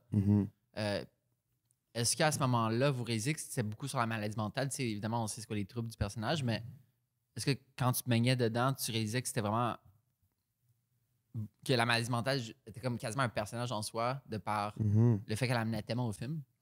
Je pense que oui. Tu sais, moi, je me souviens surtout d'avoir vraiment comme suivi Xavier là-dedans au complet, là, de vraiment y aller un peu les yeux fermés, puis your script is great, dude, so I'm just following you. Mais je pense que oui, tu sais, puis ce qui était vraiment... un des résultats les plus extraordinaires de ce projet-là, ça a été les gens qui nous arrêtaient après des projections pour nous dire qu'eux travaillent dans des centres avec des gens qui ont des conditions similaires, puis de voir dans leurs yeux la liberté qu'ils vivaient à pouvoir avoir un produit comme celui-là en exemple pour les gens qui ne comprennent pas ce qu'ils vivent dans le quotidien. Ça, c'était vraiment extraordinaire. Les gens ils venaient et ils étaient comme... J'ai jamais pu expliquer aux gens ce que je vivais. Puis même quand j'essayais de leur expliquer, ils ne comprenaient pas. Puis ils disaient, maintenant, je vais leur tendre une copie du film, puis je vais les laisser... Ouais, à des fins éducatives, puis je vais leur dire, là, tu vas comprendre ce que je vis, tu sais. Puis le film est tellement incroyable à tellement d'égards, tu sais. André Turpin. Directeur photo. Ouais. Comme, il y a des planches comme... Tu sais, je pense que tu es à la fenêtre, tu regardes à l'extérieur le char blanc, le focus est tout sur le char blanc, puis là, le focus est dans la fenêtre, dans la réflexion, puis après, ça tourne vers un petit plan séquence de toi qui passe à engueuler. Comme, wow, tu sais. C'est genre Patrick Huard, j'ai oublié que Patrick Huard était là-dedans, tu sais, what the hell? Tu sais, puis même genre Jean-Philippe Barry Guérard, c'est ça? Pardon? Jean-Philippe Barry Guérard. Il écrit des livres maintenant, mais dans la scène au bar, la scène de karaoké, on va en reparler, mais la scène au bar, tu avais Kat Brunet qui était là aussi. Tu sais, juste de voir des gens qui, à ce moment-là, ils n'étaient pas aussi big qu'aujourd'hui, puis de les avoir vus grandir depuis ce moment-là, mais que, comme ils ont chacun leur place dans le film, je trouve ça tellement cool, tu sais. Ouais, 100%. Puis la scène... Puis arrive Cardinal aussi qui fait le... qui fait le gardien, si on veut, là, le garde... Ouais, qui lui, après, il a fait... C'était avant ou après? Sur Thomas Laferme. Je pense que c'était avant, si je me trompe pas. Bref, ouais, c'est ça. Ouais. Ben, Xavier, il a l'œil pour du monde souvent comme ça qui... il va pas prendre n'importe... Pour des simples petits rôles, des fois, là, il va... Ouais. Mais, ouais, je pense qu'il... Xavier, je fais pas vraiment d'audition, je pense. Je sais pas si je devrais dire ça ou non, mais... Xavier va choisir le monde au pif. Ben, pas au pif, mais vraiment à l'instinct. Je pense que c'est bien. C'est clairement son instinct est bon. Hein? Très intuitif comme mec. Puis, mettons, quand tu écoutes la chanson que tu as chantée au karaoké aujourd'hui, comment tu te sens? Vivo Perley. Ouais. Comment je me sens quand? Tu l'écoutes aujourd'hui? Hey, ça doit faire des années que je ne l'ai pas entendu. Ouais. Attends, la cue. Pour de vrai, j'étais super stressé de faire ça. C'est fou, cette scène-là, tu sais. Genre... J'étais vraiment stressé de faire cette scène-là dans le bar. J'avais juste hâte de péter la fausse bière sur la table et d'avoir l'air violent. La bière de plastique. Mais, puis tu sais, faire de l'action. Mais sinon, de chanter dans le karaoké, j'étais comme... Dans une autre langue. Xavier, je suis pas bon pour chanter. Il dit, c'est ça le but, man. Il était comme, on veut juste voir le kid qui essaie de chanter. Ça va être super touchant. Genre, arrête d'y penser, vas-y. Est-ce que tu continues à écouter? Tu disais que... Et je savais que Xavier choisissait ses tunes avant les films. Comment est-ce que ces chansons-là dans le film, mettons Experience à la fin, qui est très puissante dans la fermeture, est-ce que tu continues à réécouter ces tunes-là ou c'est juste d'autres tunes parmi d'autres tunes? Je continue à les réécouter des fois, mais il y a vraiment quelque chose de... On dirait que je les écoute moins. Je les écouterais plus s'ils n'étaient pas dans le film, peut-être. OK. Ouais. OK. Ouais, c'est comme si ça vient... réouvrir des souvenirs que des fois, je suis comme, faut que je passe à autre chose. Ouais. Faut passer à autre chose. Faut pas surfer juste sur le succès de ce film-là. Ouais. Puis, quel impact ce projet-là, pas ton personnage, mais le projet as a whole, je sais pas si tu as déjà mentionné, mais a eu sur ta personnalité? Précisément ce projet-là? Ouais, as a whole. Hey boy! Beaucoup moins de patience avec mes amis sur le moment du tournage. Il y a vraiment quelque chose qui s'est passé qu'on m'a fait remarquer, qui est que pendant le tournage des films, j'ai tendance à être habité par le personnage un peu. Fait que, mettons, sur Mommy, mes amis étaient comme, moi, je me souviens quand tu tournais ça. Ah ouais. on oublie un verre d'eau dans ta chambre chez tes parents, puis t'étais genre, chez ta mère, puis t'étais genre, ton fucking verre d'eau, man, ramène-le dans la cuisine, dude, sérieux, man, genre, c'est fucking pas nice, man. Au secondaire, là, j'avais 15 ans pendant le tournage, je pense, mais ça, puis après ça, l'inverse, 1 minute 54 de Yann, je rentrais, puis je m'enfermais dans ma chambre, je parlais à personne, j'étais comme en mode introverti au maximum, mais je m'en rends pas compte quand ça se passe. Mais ma mère, mettons, elle le sait. Ma mère, elle fait comme oui. Puis quand ça se termine, par exemple, j'arrive à passer à autre chose. Je suis comme, j'ai une libération parce que là, je fais comme my work here is done. Ouais. Je peux passer à autre chose maintenant. Puis, ouais. C'est quoi ta manière de célébrer à la fin des tournages? À part une bonne brosse. Une bouteille de champagne, un tatou peut-être, puis un gros joint. Puis un voyage? Voyage. Tu sais, je pense que la première chose, c'est vraiment de voir mes amis. Ouais. Vraiment de voir mes amis, puis prendre un coup. Ouais. Ouais, ce serait ça, je pense. C'est ce que je parlais quand j'ai shoot Lou Pascal il y a une couple d'années. Comme, tu sais, comment tu fais pour te reset, puis comme, il faut que tu sortes du pays. Parce que c'est comme ça. Ouais, hein, lui, il fait ça. C'est pas cave. Ouais. C'est que, smart. Tu reviens à l'essentiel de la C'est vie, smart. du quotidien, du présent, de la rencontre, de l'exploration. Ouais. Puis ça a du sens. Est-ce que tu as déjà pensé à genre au point de vue de ta mère? Tu sais, c'est vraiment je pense à ça, mais tu sais, ta mère, elle te voit devenir d'autres personnes. Tu sais, genre la personne qu'elle a amenée en vie. Ouais, ma mère, elle me dit que des fois, t'inquiète, là, c'est sûr, là, parce qu'en fait, aussi, les journées sont tellement grosses que moi, je rentre puis je veux pas parler à personne, là. J'ai été en contact avec 40 personnes dans la journée pendant presque 12 heures. Et plus, même des fois, à un moment donné, t'as juste besoin d'être... Moi, en tout cas, je suis quelqu'un qui a besoin d'être seul après autant de contacts. Puis normalement, je le ferais sur plusieurs jours après, mais là, c'est 7 jours d'affilée avec autant de personnes, tu sais. Fait que, ouais, quand j'étais chez ma mère, quand j'habitais chez ma mère, je rentre chez nous, puis c'est comme... Allô?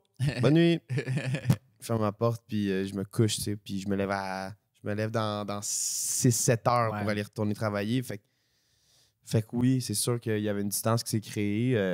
Puis elle était inquiète des fois à certains moments et tout. Puis j'ai dit, maman, inquiète pas, c'est juste que le tournage est vraiment difficile. Puis j'ai bien de la misère. Puis j'ai hâte que ça se termine. Mais comme on m'a toujours dit, elle dit, par exemple, quand ça se termine, je te vois revenir. Là. Je te vois vraiment revenir, puis c'est pas long. Mais c'est pour ça, du peu d'expérience que j'ai, tu sais, même chose quand je rentre, j'ai juste le goût d'être seul, tu sais, puis de pass out direct. Mais comme justement, de respect pour des gens qui travaillent dans ces mecs qui sont en couple, qui ont une famille, qui ont des enfants, qui ont des obligations. Ah! Non, moi, genre, wow! J'habite seul, puis ça fait du bien maintenant d'avoir ça. De rentrer chez vous, puis t'as pas de surprise, mettons. Exact. Puis tu parles à personne, puis... Ouais. T'es grandi en Gaspésie? 10 ans à peu près, ouais. La Gaspésie en 3 mots, pour toi? Gaspésie, je t'aime.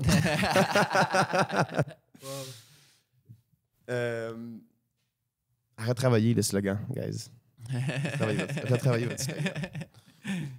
Gaspésie en 3 mots. Ou du moins, comment tu te sens par rapport à la Gaspésie? Tu sais, pour moi, la Gaspésie, c'est des feux. Genre des feux de camp? Ouais. Wow. Des feux sur le bord de la plage. Wow. Ou des feux de camp. Les cantines. Ouais. Les cantines sur le bord de la route. Puis l'air. L'air salin? Ou le grand air? Les deux. Ouais. Ça respire là-bas. Là, c'est comme... T'es vraiment... Puis moi, où j'ai grandi, on est comme entouré d'eau. Là. Il y a ce qu'on appelle un bar à choix derrière chez nous. Puis la mer devant. Puis c'est comme... Tu sais, ils ventent. Mais pas tout le temps, mais il y a quelque chose où est-ce que ça respire vraiment. Là. Puis visuellement aussi, ça respire. Tu sais. Pas juste physiquement, visuellement. T'as des paysages à perte de vue. Là, ça fait du bien, ça. Vraiment, ouais. Les gens aussi. Les gens sont très accueillants, je trouve, en Gaspésie. Puis il y a comme un espèce de vibe très relax. Les gens sont pas pressés là-bas. Plus slow, c'est comme ah ouais, on va être là à 3h15. On va arriver à 3h45. Ils sont pas en retard. C'est correct. J'ai utilisé mon intention pour mes vacances l'année prochaine. Non? J'ai fait mes vacances au Mexique avec une gang d'amis au décembre-janvier cette année. Puis quand je suis revenu, je suis comme...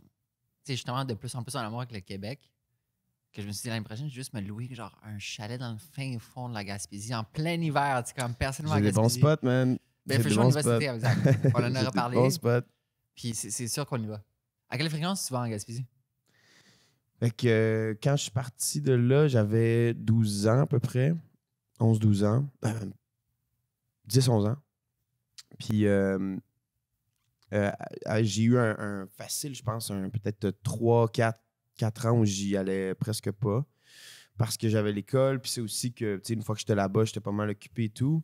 Après ça, j'ai recommencé à y aller comme peut-être une fois aux 1-2 ans. Puis là, maintenant, depuis, je pense, depuis 3-4 années, là, j'y vais minimum 2 fois par année, peut-être. J'essaie d'y aller à chaque année, minimum une Tu fois. vas quand, mettons, les moments que tu retournes? Début de la saison touristique, fin de la saison touristique. Okay. Ou au milieu des deux. Début, c'est comme mai-juin, genre? Je pense que oui. Ouais, ça commence en mai. Puis, mettons, ça va finir au mois de août, je pense, peut-être. Juillet. J'ai tellement hâte pour elle. Puis j'en parlais encore avec Zach ce matin, avec moi, qu'on a hâte. C'est juste. C'est le fun, c'est pas à la porte, là. C'est 10 heures de shop. En tout cas, moi, où j'ai grandi, c'est à 10 heures à peu près 10 heures de taux. 9h30 pour être plus exact. C'est quoi le nom du village que tu as grandi? Port-Daniel. OK. Puis. C'est où, comme. C'est dans la baie des Chaleurs, okay. en bas. Fait que c'est à peu près à 45 minutes de percée. OK. Puis, ouais, moi, j'ai comme retombé en amour après avec. Puis c'est sûr que quand j'ai commencé à travailler ici, puis j'ai commencé à me faire développer un groupe d'amis à Montréal et tout, je voulais rien savoir de retourner là. Tu sais, je voulais rester à Montréal, je voulais travailler et tout. Puis, mais là, avec quelques années de plus, là, je suis retombé vraiment en amour avec faire des feux sur le bord de la plage. Regarder les étoiles là-bas, on voit la Voie lactée. C'était des bonnes soirées, tu vois super bien la Voie lactée. Jammer, faire de la musique, aller pêcher, manger du crabe et du homard. Ouais, mais c'est fou parce que j'ai un peu tombé en amour avec la région quand je suis allé en août dernier, mais c'était comme un aller-retour. On est monté une journée, on avait un show le lendemain, puis on est revenu. Fait que rien. Puis là, je retourne ce vendredi. Beaucoup de route pour un show. Exact, ça. C'est tellement dur, mais après, ça valait la peine. Puis là, je retourne ce vendredi, un aller-retour, boum. Puis on dirait que même ces petits extraits de vie gaspésienne puis d'air gaspésien, je trouve ça me donne tellement soif de prendre mon temps dans le futur pour explorer la région. Est-ce que ton idéal, ça serait, mettons, avoir une maison à Montréal puis une maison en Gaspésie? Peut-être. Mon père habite en Gaspésie toujours pendant la saison touristique, donc je suis bien à aller le voir lui puis passer du temps avec lui puis être dans la maison où j'ai grandi. Mais définitivement, la formule d'avoir un pied-à-terre en ville ou juste comme un appartement en ville pour quand tu travailles puis tu veux être plus dans l'action. Puis après ça, avoir un petit endroit, un petit havre de paix où est-ce que tu peux aller te ressourcer, là, loin de toute la bullshit. Ouais, loin de toute la bullshit. Ça, c'est important pour moi, ouais, d'avoir ces deux opposés-là. Je suis vraiment content que sociétalement, on redécouvre que la nature, c'est le luxe. T'sais. Le luxe, c'est pas aller au Fairmont à Hawaï. 5 étoiles, c'est vraiment comme dans les dates. Ouais, puis il y en a que pour eux, c'est ça, tu sais, 200%. puis il n'y a aucun jugement, mais vous êtes cave. Non, mais tu sais, c'est aucun jugement. Pour moi, je sais que c'est ça, tu sais, je sais que c'est d'aller dans la nature, vraiment. Ouais. Être en nature, puis aller en canot camping, aller dans des shacks, dans le bois, randonner, whatever, tu sais, dormir dans le bois. Moi, j'aime ça, être entouré de nature, ouais, vraiment. En parlant de maison, ta maison est vraiment, ton appart est vraiment cosy. C'est quoi? C'est weird comme question, mais c'est comme, comment tu penses que tu rends ça cosy?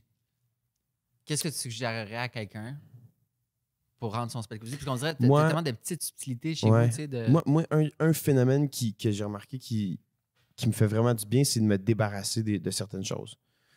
De vraiment libérer les tablettes, puis aussi juste donner du stock qu'on se dit qu'on va garder toute notre... pas qu'on va garder toute notre vie. C'est important de garder des souvenirs, moi je pense, j'en ai, mais du stock que tu fais comme, il va me servir à un moment donné, puis à un moment donné, tu ne sers jamais, puis de comme vraiment faire, OK, regarde, je vais faire une pile de ce que je suis sûr que je vais me débarrasser, une pile de ce que j'hésite, puis une pile de ce que je veux garder, puis le phénomène de donner, puis de vraiment comme se débarrasser, c'est vraiment... Moi, il y a quelque chose qui me fait vraiment du bien là-dedans. Puis que ça respire aussi dans l'appart. Moi, ça me fait du bien. Puis aussi, je suis quelqu'un qui change. Dans le sens que qui change j'aime changer les spots dans mon appart. De mes amis, tu demandes à mes amis qui viennent, ils font comme ah, là, ça a changé de place. Ah, une autre affaire qui a changé de place. Hey, ça fait 2 jours, puis ça a déjà changé de place. Ouais, moi, j'essaie plein de formules différentes, puis des fois, celle-là est bonne, l'autre aussi est bonne, mais là, à cause de tel contexte, peu importe, j'aime mieux l'avoir de même. À un moment donné, je suis tanné, je vais leur mettre là. Puis les affaires qui bougent pas, les affaires qui bougent, mais j'aime juste que ça change un peu. Mais justement, parce que ta direction artistique, si on dit ça, ben, tu sais. J'adore ça. La direction artistique. J'espère que tu vas avoir une émission sur Casa un jour, tu sais. Mais on dirait que tu prends le temps de trouver la bonne chose qui fait au bon endroit, tu sais, t'es pas pressé. Parce que c'est comme dans ta. Mettons, tu sais, je viens de m'acheter un spot maintenant, puis on dirait, je veux garder des murs blancs pour l'instant. T'aimes ça quand j'ai une illumination, quand je vois quelque chose. Comme cette semaine, j'ai vu quelque chose pour la première fois, je suis comme, tout mon couloir pourrait être rempli de ça. Là, j'ai apprécié l'artiste, finalement, c'était sur l'autre, mais je pense que tu prends le temps de bien placer les choses. Ouais, en même temps, moi, un truc que je pense que je dirais aux gens aussi, ce serait ça de prendre son temps. Moi, je ne l'ai pas fait, dans le sens qu'il y a des trous dans des murs dans mon appart où est-ce que du coup, j'étais comme, c'est sûr que ça va là. Ouais. Puis à un moment donné, après une semaine, je fais comme, ouais, non, c'est vraiment pas. Parce que ça, c'est rendu là, maintenant, ça n'a plus d'affaire là. Fait que, tu sais, c'est de l'essayer. C'est de l'essayer tout simplement. Ça te fait des trous à boucher après un peu de plus, mais comme moi, j'aime ça. Faut que je le vois, faut que je l'essaye, tu sais, complètement. Mais oui, tu sais, avec du recul, peut-être que j'aurais pris plus mon temps, mettons, un peu plus avant d'attendre. Mais ouais. As-tu hâte de t'acheter un autre spot? Oui et non, tu sais. Comme de te créer un home? J'ai hâte de jouer. J'avoue que ça fait un bout, là. J'ai hâte de jouer, ouais. J'ai des beaux projets qui s'en viennent. Ouais? Ouais. C'est fou que... C'est vraiment dommage qu'on puisse pas en parler, parce que ça serait en fait de parler de l'avant, puis de se retrouver dans un an. Je vais t'en parler off-cam. Non, c'est ça, clairement. Mais ça va être fou aussi de rentrer dans le mindset d'un personnage, puis de se dédier à être un autre humain pour un certain temps. J'ai tellement de respect pour sortir de sa personne. Pour moi, c'est un camp de vacances, man. Ah ouais? Ouais, j'ai eu la chance d'avoir des parents qui ont eu la brillante idée de m'envoyer dans des camps de vacances, dans un camp de vacances, en fait, quand j'étais plus jeune, sur, je pense, 10 années de suite, qui était le camp Bellefeuille en Gaspésie. Puis c'est là, je pense, que mon amour pour me faire raconter des histoires s'est vraiment instauré en moi. No way. Les légendes autour du feu, les chansons qu'on chantait le soir avant d'aller dormir, avec toutes les autres cabines. Puis cabines, donc les groupes, les autres cabines qu'on dit. Puis les histoires des chansons. J'ai Martin de la Chasse-Galerie qui vient en tête. Où est-ce que j'ai tout appris ça? J'ai grandi avec ça toute mon enfance. Puis ça, mettons, j'ai vraiment aimé ça. C'était les 10 jours, 10-11 jours qu'on partait avec un moniteur, plein de tes colocs, si on veut, de cabines. Puis à chaque journée, on partait faire des activités, des jeunes, dîner, souper, activités. Il y a 2 jours, je pense, où tu pars en excursion dans le bois. C'était vraiment le fun. Pour de vrai, moi, j'ai vraiment trippé toute mon enfance à faire ça. Puis pour moi, des tournages de films ou d'émissions de télé, c'est un peu comme un camp de vacances. Wow! Ouais. J'aurais jamais fait cette analogie-là. Ouais, puis tu sais, c'est des camps de vacances qui vont durer, mettons, des films en moyenne au Québec, c'est peut-être autour de comme entre 23, 24 et 30 quelques jours. Ouais. Des émissions de télé, c'est à peu près ça des fois c'est beaucoup plus, mais tu sais, là, c'est un peu ça pour moi. Tu côtoies les mêmes personnes, idéalement, pendant le tournage, tu sais, puis tu te lis d'amitié avec eux, puis après ça, tu les reverras peut-être plus jamais pour le reste de ta vie. Mais sur ces 30 jours-là que tu as vécu avec eux, tu sais qu'il y avait vraiment de l'amour qui se passe entre vous deux, puis de l'amitié, tu sais, ouais. C'était tellement avant qu'on explose, hein? Ouais. Ça va être fou. Juste comme le vibe. Moi, mettons, une réalisation de l'été dernier, c'était à quel point le festif de Baie-Saint-Paul, c'est sick. Ouais, c'est l'expérience d'aller dans un festival, dans un village, avec toutes des scènes un peu éparpillées, dans plein de vibes différents. Puis juste le vibe de Charlevoix en général, là, ça devait être fou de tourner un peu style camp de vacances à Baie-Saint-Paul en été. Tout un squad, des gens qui sont dope, Étienne Gallois. Je vais être bien franc avec toi. Je suis arrivé à Baie-Saint-Paul pour le tournage avec une intoxication alimentaire. Non! Ouais, je suis arrivé là. Puis j'avais beaucoup moins de jours que tout le groupe, tu sais. Fait que je pense que je suis rentré. J'ai eu 1-2 journées de tournage. Puis après ça, je suis retourné à Montréal. Puis j'ai vraiment juste tout fait pour survivre dans ma chambre d'hôtel. Ah ouais. On roulait vers là-bas, puis j'avais des sueurs froides sur la banquette arrière de transport Non. parce que ouais, j'ai mangé du poisson pas frais ou je sais pas quoi, mais j'ai une grosse intoxication alimentaire. Ah Fait que ouais. la soirée où ils sont sortis, moi, j'étais comme « Sorry, guys. Just trying to survive in my room. Aïe, aïe. En plus, Charlevoix, c'est tellement beau. Ouais, je sais, les gars m'ont dit des super bons commentaires du spot. Wow. Rest in peace. C'est fou, ça. C'est quoi ta... En fait, est-ce que tu te vois devenir réalisateur un jour? Je me vois pas. Ben, pas en ce moment, en tout cas. T'aimes trop le jeu? Ouais, je me vois définitivement continuer à jouer. J'aimerais ça, ouais. J'ai réalisé un film un jour, j'aimerais ça, je pense. Parce que c'est tellement, je trouve, une approche, c'est des parties de ton cerveau qui sont tellement différentes. Ben, le sentiment d'avoir une idée en tête, d'être capable de la mettre sur papier, puis après ça, de la mettre sur écran, il y a quelque chose qui doit être très satisfaisant là-dedans, un beau sentiment d'accomplissement, je trouve. Fait que ça m'intéresse, c'est sûr, mais j'ai pas envie de réaliser pour dire que j'ai réalisé. Ouais, j'ai envie de réaliser parce que ça bouillonne à l'intérieur de moi comme ça le fait pour le jeu. Ouais. Comment décrirais-tu le rôle d'un réalisateur? Parce que j'avais déjà eu cette conversation avec quelqu'un qui n'est pas dans le milieu artistique. Tu sais, aux Oscars, mettons, toutes les catégories sont récompensées. Pas toutes, mais beaucoup de catégories sont récompensées par rapport à des talents spécifiques. Costume, montage, scénario. Comment décrire? Puis là, après ça, on dirait que tout est déjà... les prix ont tous été déjà donnés par rapport à un film. Comment décrirais-tu l'apport d'un réalisateur? Ou le rôle d'un réalisateur? Garder son sang-froid, peut-être, sur le plateau de tournage. Man, les réals sont probablement ceux... c'est des super athlètes. Ceux avec eux puis les producteurs, ça demande beaucoup de sang-froid, mais surtout les réals, je pense, parce qu'il faut que tu gardes ta vision en tête. Faut pas qu'elle se fasse... Tu peux demander les conseils des autres autour de toi, mais tout le monde a envie de te donner leurs conseils. Tu as les producteurs, des fois, sur certains tournages qui vont être comme nous, on pense que c'est ça qui est mieux pour le scénario. Toi, t'es genre non, fuck you, c'est mon scénario, je veux que ça reste ça. Fait que de garder sa vision, de aussi l'idée, le bateau, tu sais. T'as le premier assistant à la réalisation qui est très important aussi, qui lui va être un peu celui qui va caler les shots, qui va être comme OK, tout le monde, on s'en va à tel endroit et tout. Mais tu sais, si le réel va pas bien, ben lui, il va pas mieux non plus. Là. Ouais. Fait que je pense que c'est l'idée, le bateau, il faut que tu sois un bon leader. Dirais-tu que c'est un chef d'orchestre un peu? Ouais. Parce que c'est comme ça que je le décris maintenant, parce que c'est dur de mettre le doigt sur exactement ce qu'un réalisateur fait. Mais je trouve que c'est vraiment un chef d'orchestre du projet artistique. C'est vraiment la vision globale, l'exécution, puis coordonner avec l'exécution dans tous les départements pour créer ta vision. Si même tu dépends de tellement d'autres personnes puis de tellement d'autres artisans. Chef d'orchestre, c'est une très bonne façon de le voir. Ouais. C'est quoi ton rapport aux images? Je te laisse interpréter la question comme tu veux. OK. Je parle pas aux images de cinéma. Je parle à la photographie en général dans la vie. C'est quoi ton rôle? Comment tu te sens par rapport aux images? Je communique beaucoup par gift. Par GIF. Par texto. C'est vrai que tu m'en envoies des fois. C'est vrai. C'est bon signe si je t'en envoie. Je n'en envoie pas à tout le monde. Ouais.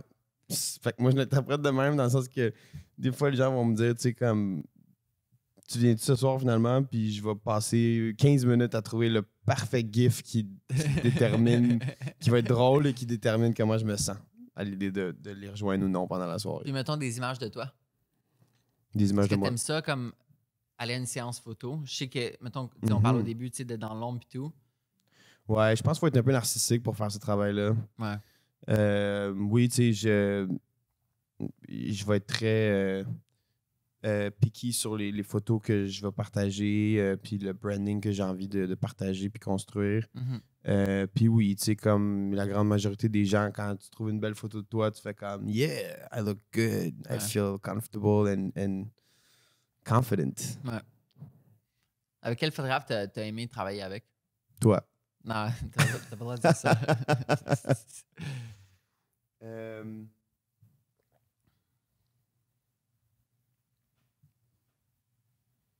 C'est pour de vrai, les photos que Sacha Cohen a faites de toi. Ouais, elles sont belles les photos de Sacha. Ouais. Tu sais, c'est drôle parce que je me fie pour moi, travailler avec un photographe, c'est pas tant le... Ben, tu sais, oui, il y a le résultat de la photo, définitivement, mais il y a aussi la vibe du photographe, tu sais.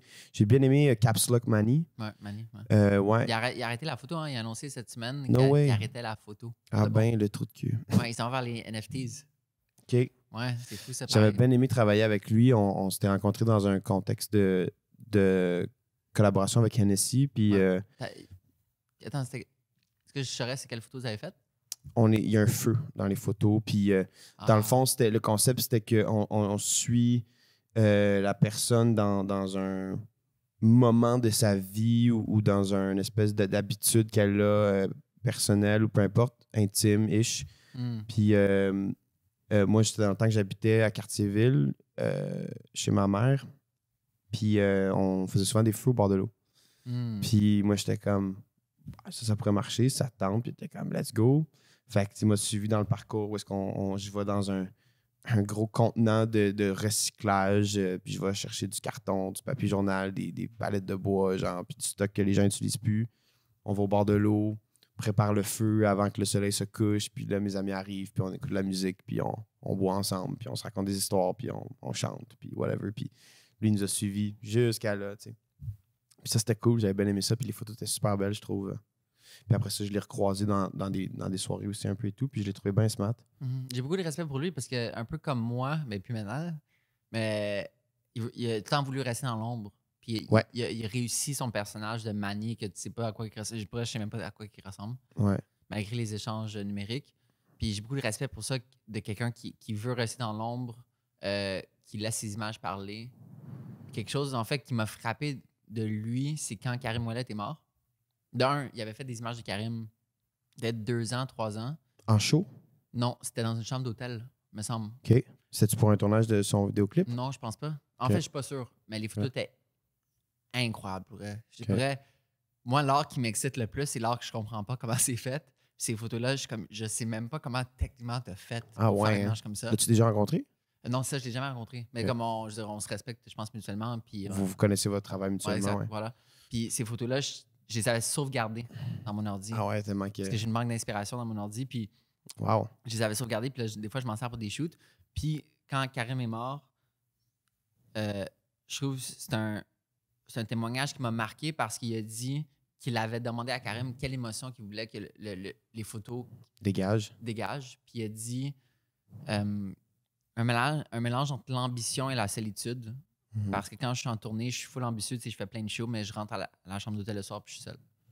Mais il me semble que j'ai lu ça dans un article, je pense. Peut-être parce qu'il l'a pas sur Instagram. Ouais, c'est ça, je pense que j'ai vu ça. Comme wow. Ouais. Je comprends un peu plus la mort de Karim et tout ça, avec des images époustouflantes qu'il a faites. Mais ça m'a vraiment surpris que tu as dit ça, parce qu'en fait, je savais pas que tu avais shooté avec lui, mais il me semble que les photos de Hennessy, ça me dit quelque chose. Je me souviens que j'avais bien aimé le résultat de ces photos-là, puis ben, surtout sa vibe à lui, mais j'avais beaucoup aimé le résultat de ces photos-là. Ouais. Mais pour vrai, cette semaine, littéralement, j'ai redécouvert. Je connais Sacha Cohen depuis un bout en termes de travail. On avait chillé, je pense, une fois, il y a peut-être 5-6 ans, comme plus que ça. Peut-être 6-7 ans. Puis je suis retombé sur son travail cette semaine. J'étais dans un hôtel au Saguenay. Puis là, je suis comme, je vais regarder son site web. Puis pour vrai, ça m'a tellement jeté à terre, son travail. J'ai tellement été abasourdi de par la qualité, la diversité. Il y a beaucoup de gens qui font du fashion aujourd'hui. Puis ça, c'est comme, wow, c'est la créativité qu'il déploie pour faire ces images. J'en ai des belles. Exact. On a shooté récemment ensemble, puis j'en ai des belles qui s'en reviennent avec lui aussi. Là. C'est ça. Puis c'était cool de le revoir une deuxième fois. Ouais, pour un shoot, parce que les premières, j'avais beaucoup aimé avec les pantalons rayés, entre autres, là, dans le bain. Puis j'avais bien aimé ça. Puis là, j'en ai d'autres qui s'en reviennent avec lui, puis sont toujours aussi belles, même plus, dans le sens que il continue à dead. Il grandit tellement en termes de qualité photographique puis tout. Parce que l'image que tu viens de publier, j'imagine que c'est le shoot récemment avec la caméra dans ta main. Ouais, je pense que c'était automne passé, peut-être. Ouais, insane. Ouais, j'ai capoté sur cette image-là. Je te montrerai les autres. Puis en plus, j'ai écrit, je suis comme... OK, j'aime ça de donner des compliments parce que c'est gratuit, mais j'ai dit, Sacha, pour vrai, t'es comme un des plus grands photographes montréalais de l'histoire, tu sais, dans le sens où, qu'est-ce que tu as fait? En fait, j'avais dans ma dite banque d'inspiration d'images que je parlais que j'ai gardé les images de Manny. Ouais. J'ai des images de lui, mais je savais pas que c'était lui. Ah ouais, des images ok. que j'avais trouvées en ligne random sur Tumblr. Ah ouais, tu le connaissais lui, mais tu savais pas que c'était lui. Exact. Ok. Puis là, je suis comme, wow, voir que c'est toi qui as fait ça, je suis comme, c'est insane. Let's Ça go. m'a capoté. Fait que je suis content que tu collabores avec lui, tu sais, parce que. Ouais, il est smart puis il travaille bien aussi, Sacha. Je trouve. Ouais. C'est fou parce que, je sais pas si tu as déjà réalisé, mais bon, en fait, on s'en était parlé à la première de Maria Chapdelaine. À quel point être photographe, c'est une job quand même solitaire, tu sais. Puis, Mhm. dans le sens, oui, tout le temps avec du monde, mais tout ton processus créatif, c'est à l'intérieur, puis tout. Puis, on n'a pas vraiment idée de comment les autres photographes travaillent, c'est quoi leur approche, comment ils sont sur les plateaux, sur les shoots. Alors, genre, je sais jamais comment les autres photographes travaillent, tu sais. Ma Mhm. seule expérience, c'est Will Arcan qui a fait mes photos de presse pour mon dernier livre. Mais à part ça, j'ai aucune idée. Fait que, Fait des belles photos, Will. ouais, Will, Il- super talentueux, pour vrai. Lui aussi, j'ai des belles photos que j'ai faites Ouais. avec lui dans le C'était quoi les passé. photos que tu avais faites avec lui? C'était back quand j'avais les cheveux rasés. Ah oui! Fait que je pense que c'était Ah! après Target Number One. Puis T'étais assis. on s'est sur rencontrés du au Parc gazon. Jarry, je pense. Ouais. Ouais. Puis je suis arrivé avec un outfit que j'avais jugé cool. Puis lui était comme yo, yo. On a shooté un peu. Puis finalement, les photos sont super belles. J'étais comme let's go, man. Wow. Hey, c'est fou de dire ça parce que, wow, ça c'est weird à dire, là, mais hier j'avais un shoot pour faire les photos de presse de Mathieu, qui est Matiu, qui est un artiste autochtone signé avec 117, qui est comme le sous-label de 7e ciel, le label d'Isaac. OK. Puis j'avais monté une maquette d'inspiration, puis il y avait cette photo-là dedans, de toi par Will. La salopette. Je sais pas qu'est-ce que tu portais, mais t'étais assis dans le gazon, Ouais. Ah, ok, ouais, c'est. Ouais. Puis Tes cheveux blancs, t'es genre. comme avec tes genoux, comme la manière que tu tiens tes genoux, Ouais. je trouve Ouais, ça ouais, vraiment ben, c'est sick. le même shoot, ouais, exact. C'est ça. Ouais, ouais. Cette image-là, je la ramène tellement dans mes moodboards d'inspiration parce que genre. Ouais, ouais. Puis Will, à ce moment-là, il était déjà pas mal upcoming dans le milieu et Ouais. tout. Là. Puis après ça, ça allait juste ça continue avec. Je trouve ça fou pour le vrai. Les frères comme Sacha puis Will, que je me souviens au début, là, même moi, je faisais de la merde, tu sais, que. Pas notre camaraderie, mais tu sais, j'ai écrit à Sacha cette semaine, puis les messages d'avant, c'était des messages de genre 2015, de nous au début. Puis je me souviens de Will et sa première exposition. Molly, je suis content que tu sois ici, tu sais, tu m'inspires. We're getting old, man. Mais là, c'est comme, tu sais, We're getting old, bro. on se compétitionne de manière saine, tu sais, à se pousser chacun les autres, mais qu'il y a genre 5, 6, 7 ans, on était comme, waouh, le travail de l'autre, waouh, le travail de l'autre. Puis là, on grandit mutuellement. Puis je trouve ça tellement sick. Puis Mhm. C'est le fun Moi, c'est quelque chose un phénomène que j'aime beaucoup dans le milieu, c'est de recroiser des gens avec qui j'ai travaillé dans le passé, avec qui ça a bien été, surtout, évidemment. Mais de faire comme, oh shit, on va travailler ensemble là-dessus. La dernière fois qu'on s'est vu, c'était il y a 10 ans, genre, whatever. Ouais. Puis là, de voir, tu sais, comme qu'on s'est croisés, nos chemins se sont croisés à ce moment-là, puis que 10 ans plus tard, somehow, on se recroise encore une autre fois, puis quelque chose de beau là-dedans, c'est le fun. imagine après toute une vie, genre après 40 ans de carrière dans nos médiums respectifs. Ouais. Tu sais, Ou genre que les deux grandissent, tu sais, comme par exemple DiCaprio puis Brad Pitt, Ouais. ils n'ont jamais travaillé ensemble avant Once Upon a Time in Hollywood. fou ça. Si je me trompe pas, mais Ouais. je pense que les deux, je veux dire, c'est probablement les deux de leur génération respective. Je sais pas si c'est la même âge, mais Ouais. ils sont pas loin, j'imagine. Puis, tu sais, que les deux, ils ont grandi en sachant très bien qui était qui l'autre, tu sais, puis que là, boum, à un moment donné, ils se rejoignent sur un tournage, puis c'est super beau ce qu'ils ont fait ensemble, les deux, tu sais, c'est vraiment le fun. Fait il y a ça qui est cool aussi, je trouve. Ouais.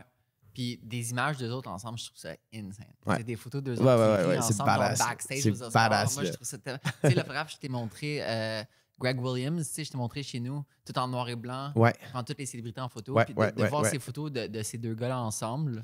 C'est cool. Moi aussi, ce que j'aime beaucoup, c'est voir des bridges entre le milieu de la musique puis de l'acting.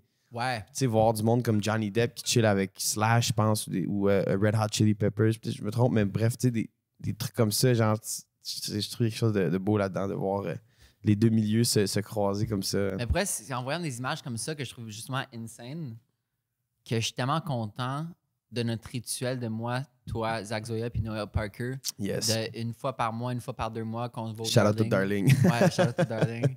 On va, tu sais, puis on fait juste parler de culture, puis on fait juste parler, parce qu'on a tellement de choses à parler, malgré que nos médiums sont différents.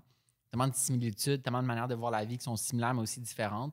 Je trouve ça tellement inspirant de côtoyer des gens de différents médiums, puis justement de nous voir grandir mutuellement, Mhm. puis de voir l'histoire se passer pour nos camarades de culture, si on veut dire ça de même. Mhm. D'où, mettons, voir des photos de Johnny Depp avec Red Hot Chili Peppers, c'est incroyable. Mhm. Ouais. Puis, Puis d'en apprendre chacun sur nos. Tu sais, on est tous un peu dans le bassin des jobs qui tournent autour de l'art. Puis là, d'être capable de comme, se partager du knowledge respectivement sur nos propres jobs, je trouve ça le fun. Ouais. Quelque chose de cool là-dedans. ouais, je trouve ça tellement stimulant d'entendre la perspective des autres. Puis, tu sais, on touche aussi bizarrement chacun aux autres médiums, tu sais. Ouais. Je serais pas surpris si Zach fait du acting un jour.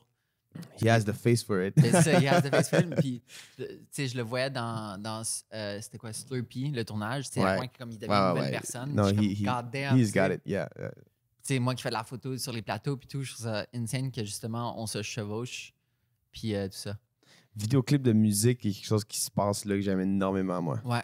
Vraiment, C'est juste là. comme un condensé de 1-2 journées de tournage. C'est un la concept. track qui a été composée, puis là, tu rajoutes un mini-film en dessous de ça, genre. Ouais. Mais le truc avec Indochine, là, c'était insane. Ouais. C'était comme un mini-film. Vidéoclip, tu vois, je pense, avant de réaliser un film, je réaliserais un vidéoclip de musique. Je pense que ça serait une bonne pratique, tu sais, si jamais tu veux le pratiquer. Puis, J'en ai fait un way back. no way. Ouais, mais. Attends, en termes de jeu ou en termes de réel. No way. Ouais. Qui ça? C'était pour Lenny Kim Lalande. OK. Ça s'appelait Pourquoi tout perdre? Puis je suis flow, là. Je pense que j'ai 16, 17 ans, peut-être, là. Je pense même pas que j'étais majeur. Mais bref, tout ça pour dire que, tu sais, avec les années qui sont venues après, c'est sûr que dans le futur, je pense que je me verrais plus faire ça. Des petits vidéoclips. Ouais, j'ai beaucoup d'amour pour la musique. J'écoute de la musique probablement, tu sais, comme 8 heures par jour, là. Ouais. Tout le temps, là, je vais rentrer chez nous tantôt. Tu sais, mon chien fait dodo chez moi en ce moment, puis il y a du jazz qui joue. Arrête. Il y a une radio de jazz qui joue, ouais. Let's go. Fait que, tu sais, je rentre chez moi, il y a du jazz qui joue. Je me lève le matin, je mets du Jack Johnson, peut-être. Yo, moi aussi, j'ai mis du Jack Johnson le matin. Puis. C'est le soleil. C'est le soleil qui se Il va lève. être au Festival d'été de Québec. Ouais. Fait que, bref, tu sais, après ça, l'apéro va arriver. Je vais mettre peut-être, dépendamment du vibe, du Norah Jones, Erykah Badu, je sais pas, tu sais, mais comme. J'ai vraiment souvent de la musique qui joue. Je prends ma douche, je vais mettre de la musique. Je m'entraîne, je vais mettre de la musique. Je suis en auto. En auto, j'adore. Tu sais, comme en Gaspésie, c'est 9 heures de char, mais là, c'est là que tu écoutes un album de A à Z, 9 heures de musique. Ouais, exact. Ouais. Ça, c'est le fun. Fait que je pense qu'il y a quelque chose qui m'appelle beaucoup entre une track de musique puis juste mettre des images en dessous de ça. Littéralement, quand je suis revenu de Gaspésie la dernière fois, Donda est sorti. Ah ouais? On a écouté On the Road. Wow. Mon ami Lucas. Là, il y a Kendrick Lamar qui sort son album. Ouais, il a annoncé dans un mois, je pense. En mi-mai, ouais, 13 mai, je pense. Peut-être, comme ça. Ouais, ça fait longtemps qu'on l'attendait là. Tu sais, parce qu'il était book à Chicago. Kendrick est. Ouais. Ouais, et un des rappeurs que j'aime beaucoup. Ouais. C'est fou que tu dis ça, ton amour pour la musique, parce que de tous mes shoots dans ma vie, le shoot, je sais pas comment formuler ce que je veux communiquer, que l'ambiance musicale m'a le plus resté en moi, c'est le shoot chez toi, à ton ancienne maison. Tu jouais du Khruangbin. Ouais. Puis, je pense que j'avais déjà entendu du Khruangbin, puis là, tu l'as mis, c'était tellement parfait. C'est Rémi Goulet qui m'a montré. Ouais. C'est Rémi Goulet est dans mes amis qui a des grands goûts musicaux pour de vrai.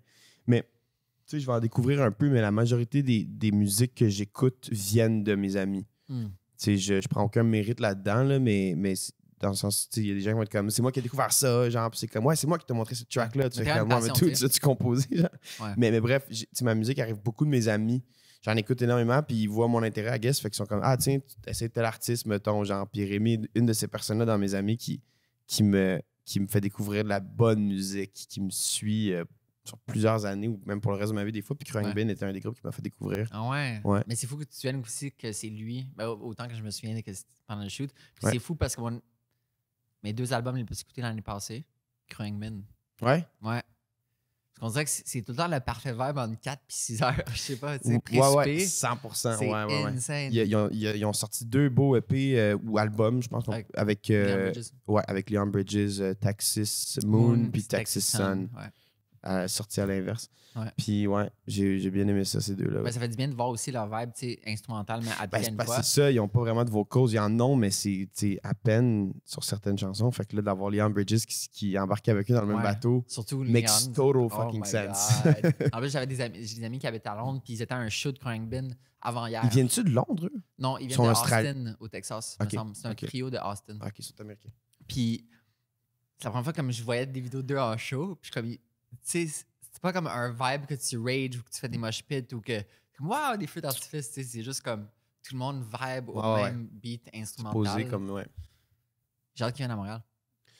Avant ça, qui est très similaire à Khruangbin, je trouve, mais encore peut-être un peu plus, j'ai envie de dire vintage ou un peu plus slow, Alalas. C'est ça, tu m'en avais parlé la dernière fois. Ça, c'est un technicien sur un show de télé sur lequel j'ai travaillé dans le passé qui Évidemment. avait son petit atelier dans le coin du studio.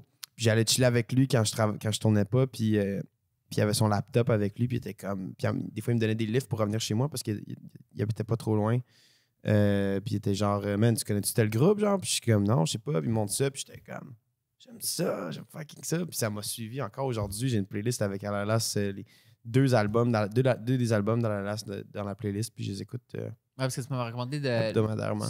Celui avec la pochette, genre un vert jaune-gris avec un visage, je pense. Ouais. Puis ça, c'est vrai que je redonne une nouvelle écoute. ALLAH-LAS, je pense. Je me trompe pas. Je vais redonner une écoute parce que... C'est très soft. Là. Ça me pomme pas. Mais il en faut du soft de même, tu sais. Exact. Moi, mettons, je fais le ménage chez nous. Ouais. Puis je vais mettre ça en background ou genre, je vais faire un road trip des fois. Rémi m'a montré un autre groupe qui s'appelle Yellow Days. Ça, road trip vibe... Incroyable. Ah ouais. Yellow Days, là, je te le conseille. T'écoutes-tu Khruangbin en road trip? Ouais. Ah ouais? Ouais. Mais ça dépend de mon vibe, tu sais, dans le road trip, surtout quand t'as 9 heures, là. Ouais. Tu sais, j'étais descendu avec un de mes amis, puis à un moment donné, on est passé avec du Rage Against the Machine, puis du gros rock and roll, puis à la fin, on était rendu dans des chansons vraiment plus genre indie puis soft puis on est du jazz puis là on a une idée fait qu'on part vers un autre truc puis c'est comme c'est ça qui est le fun c'est vraiment un roller coaster. J'ai littéralement monté une playlist qui s'appelle Khruang Feels. C'est comme littéralement un peu comme la radio de Khruangbin. Nice. C'est tellement... Je vais t'envoyer quelques... S'il te plaît. Ouais. C'est Spotify ou Apple Music? Apple Music. Non! Non! Pourquoi?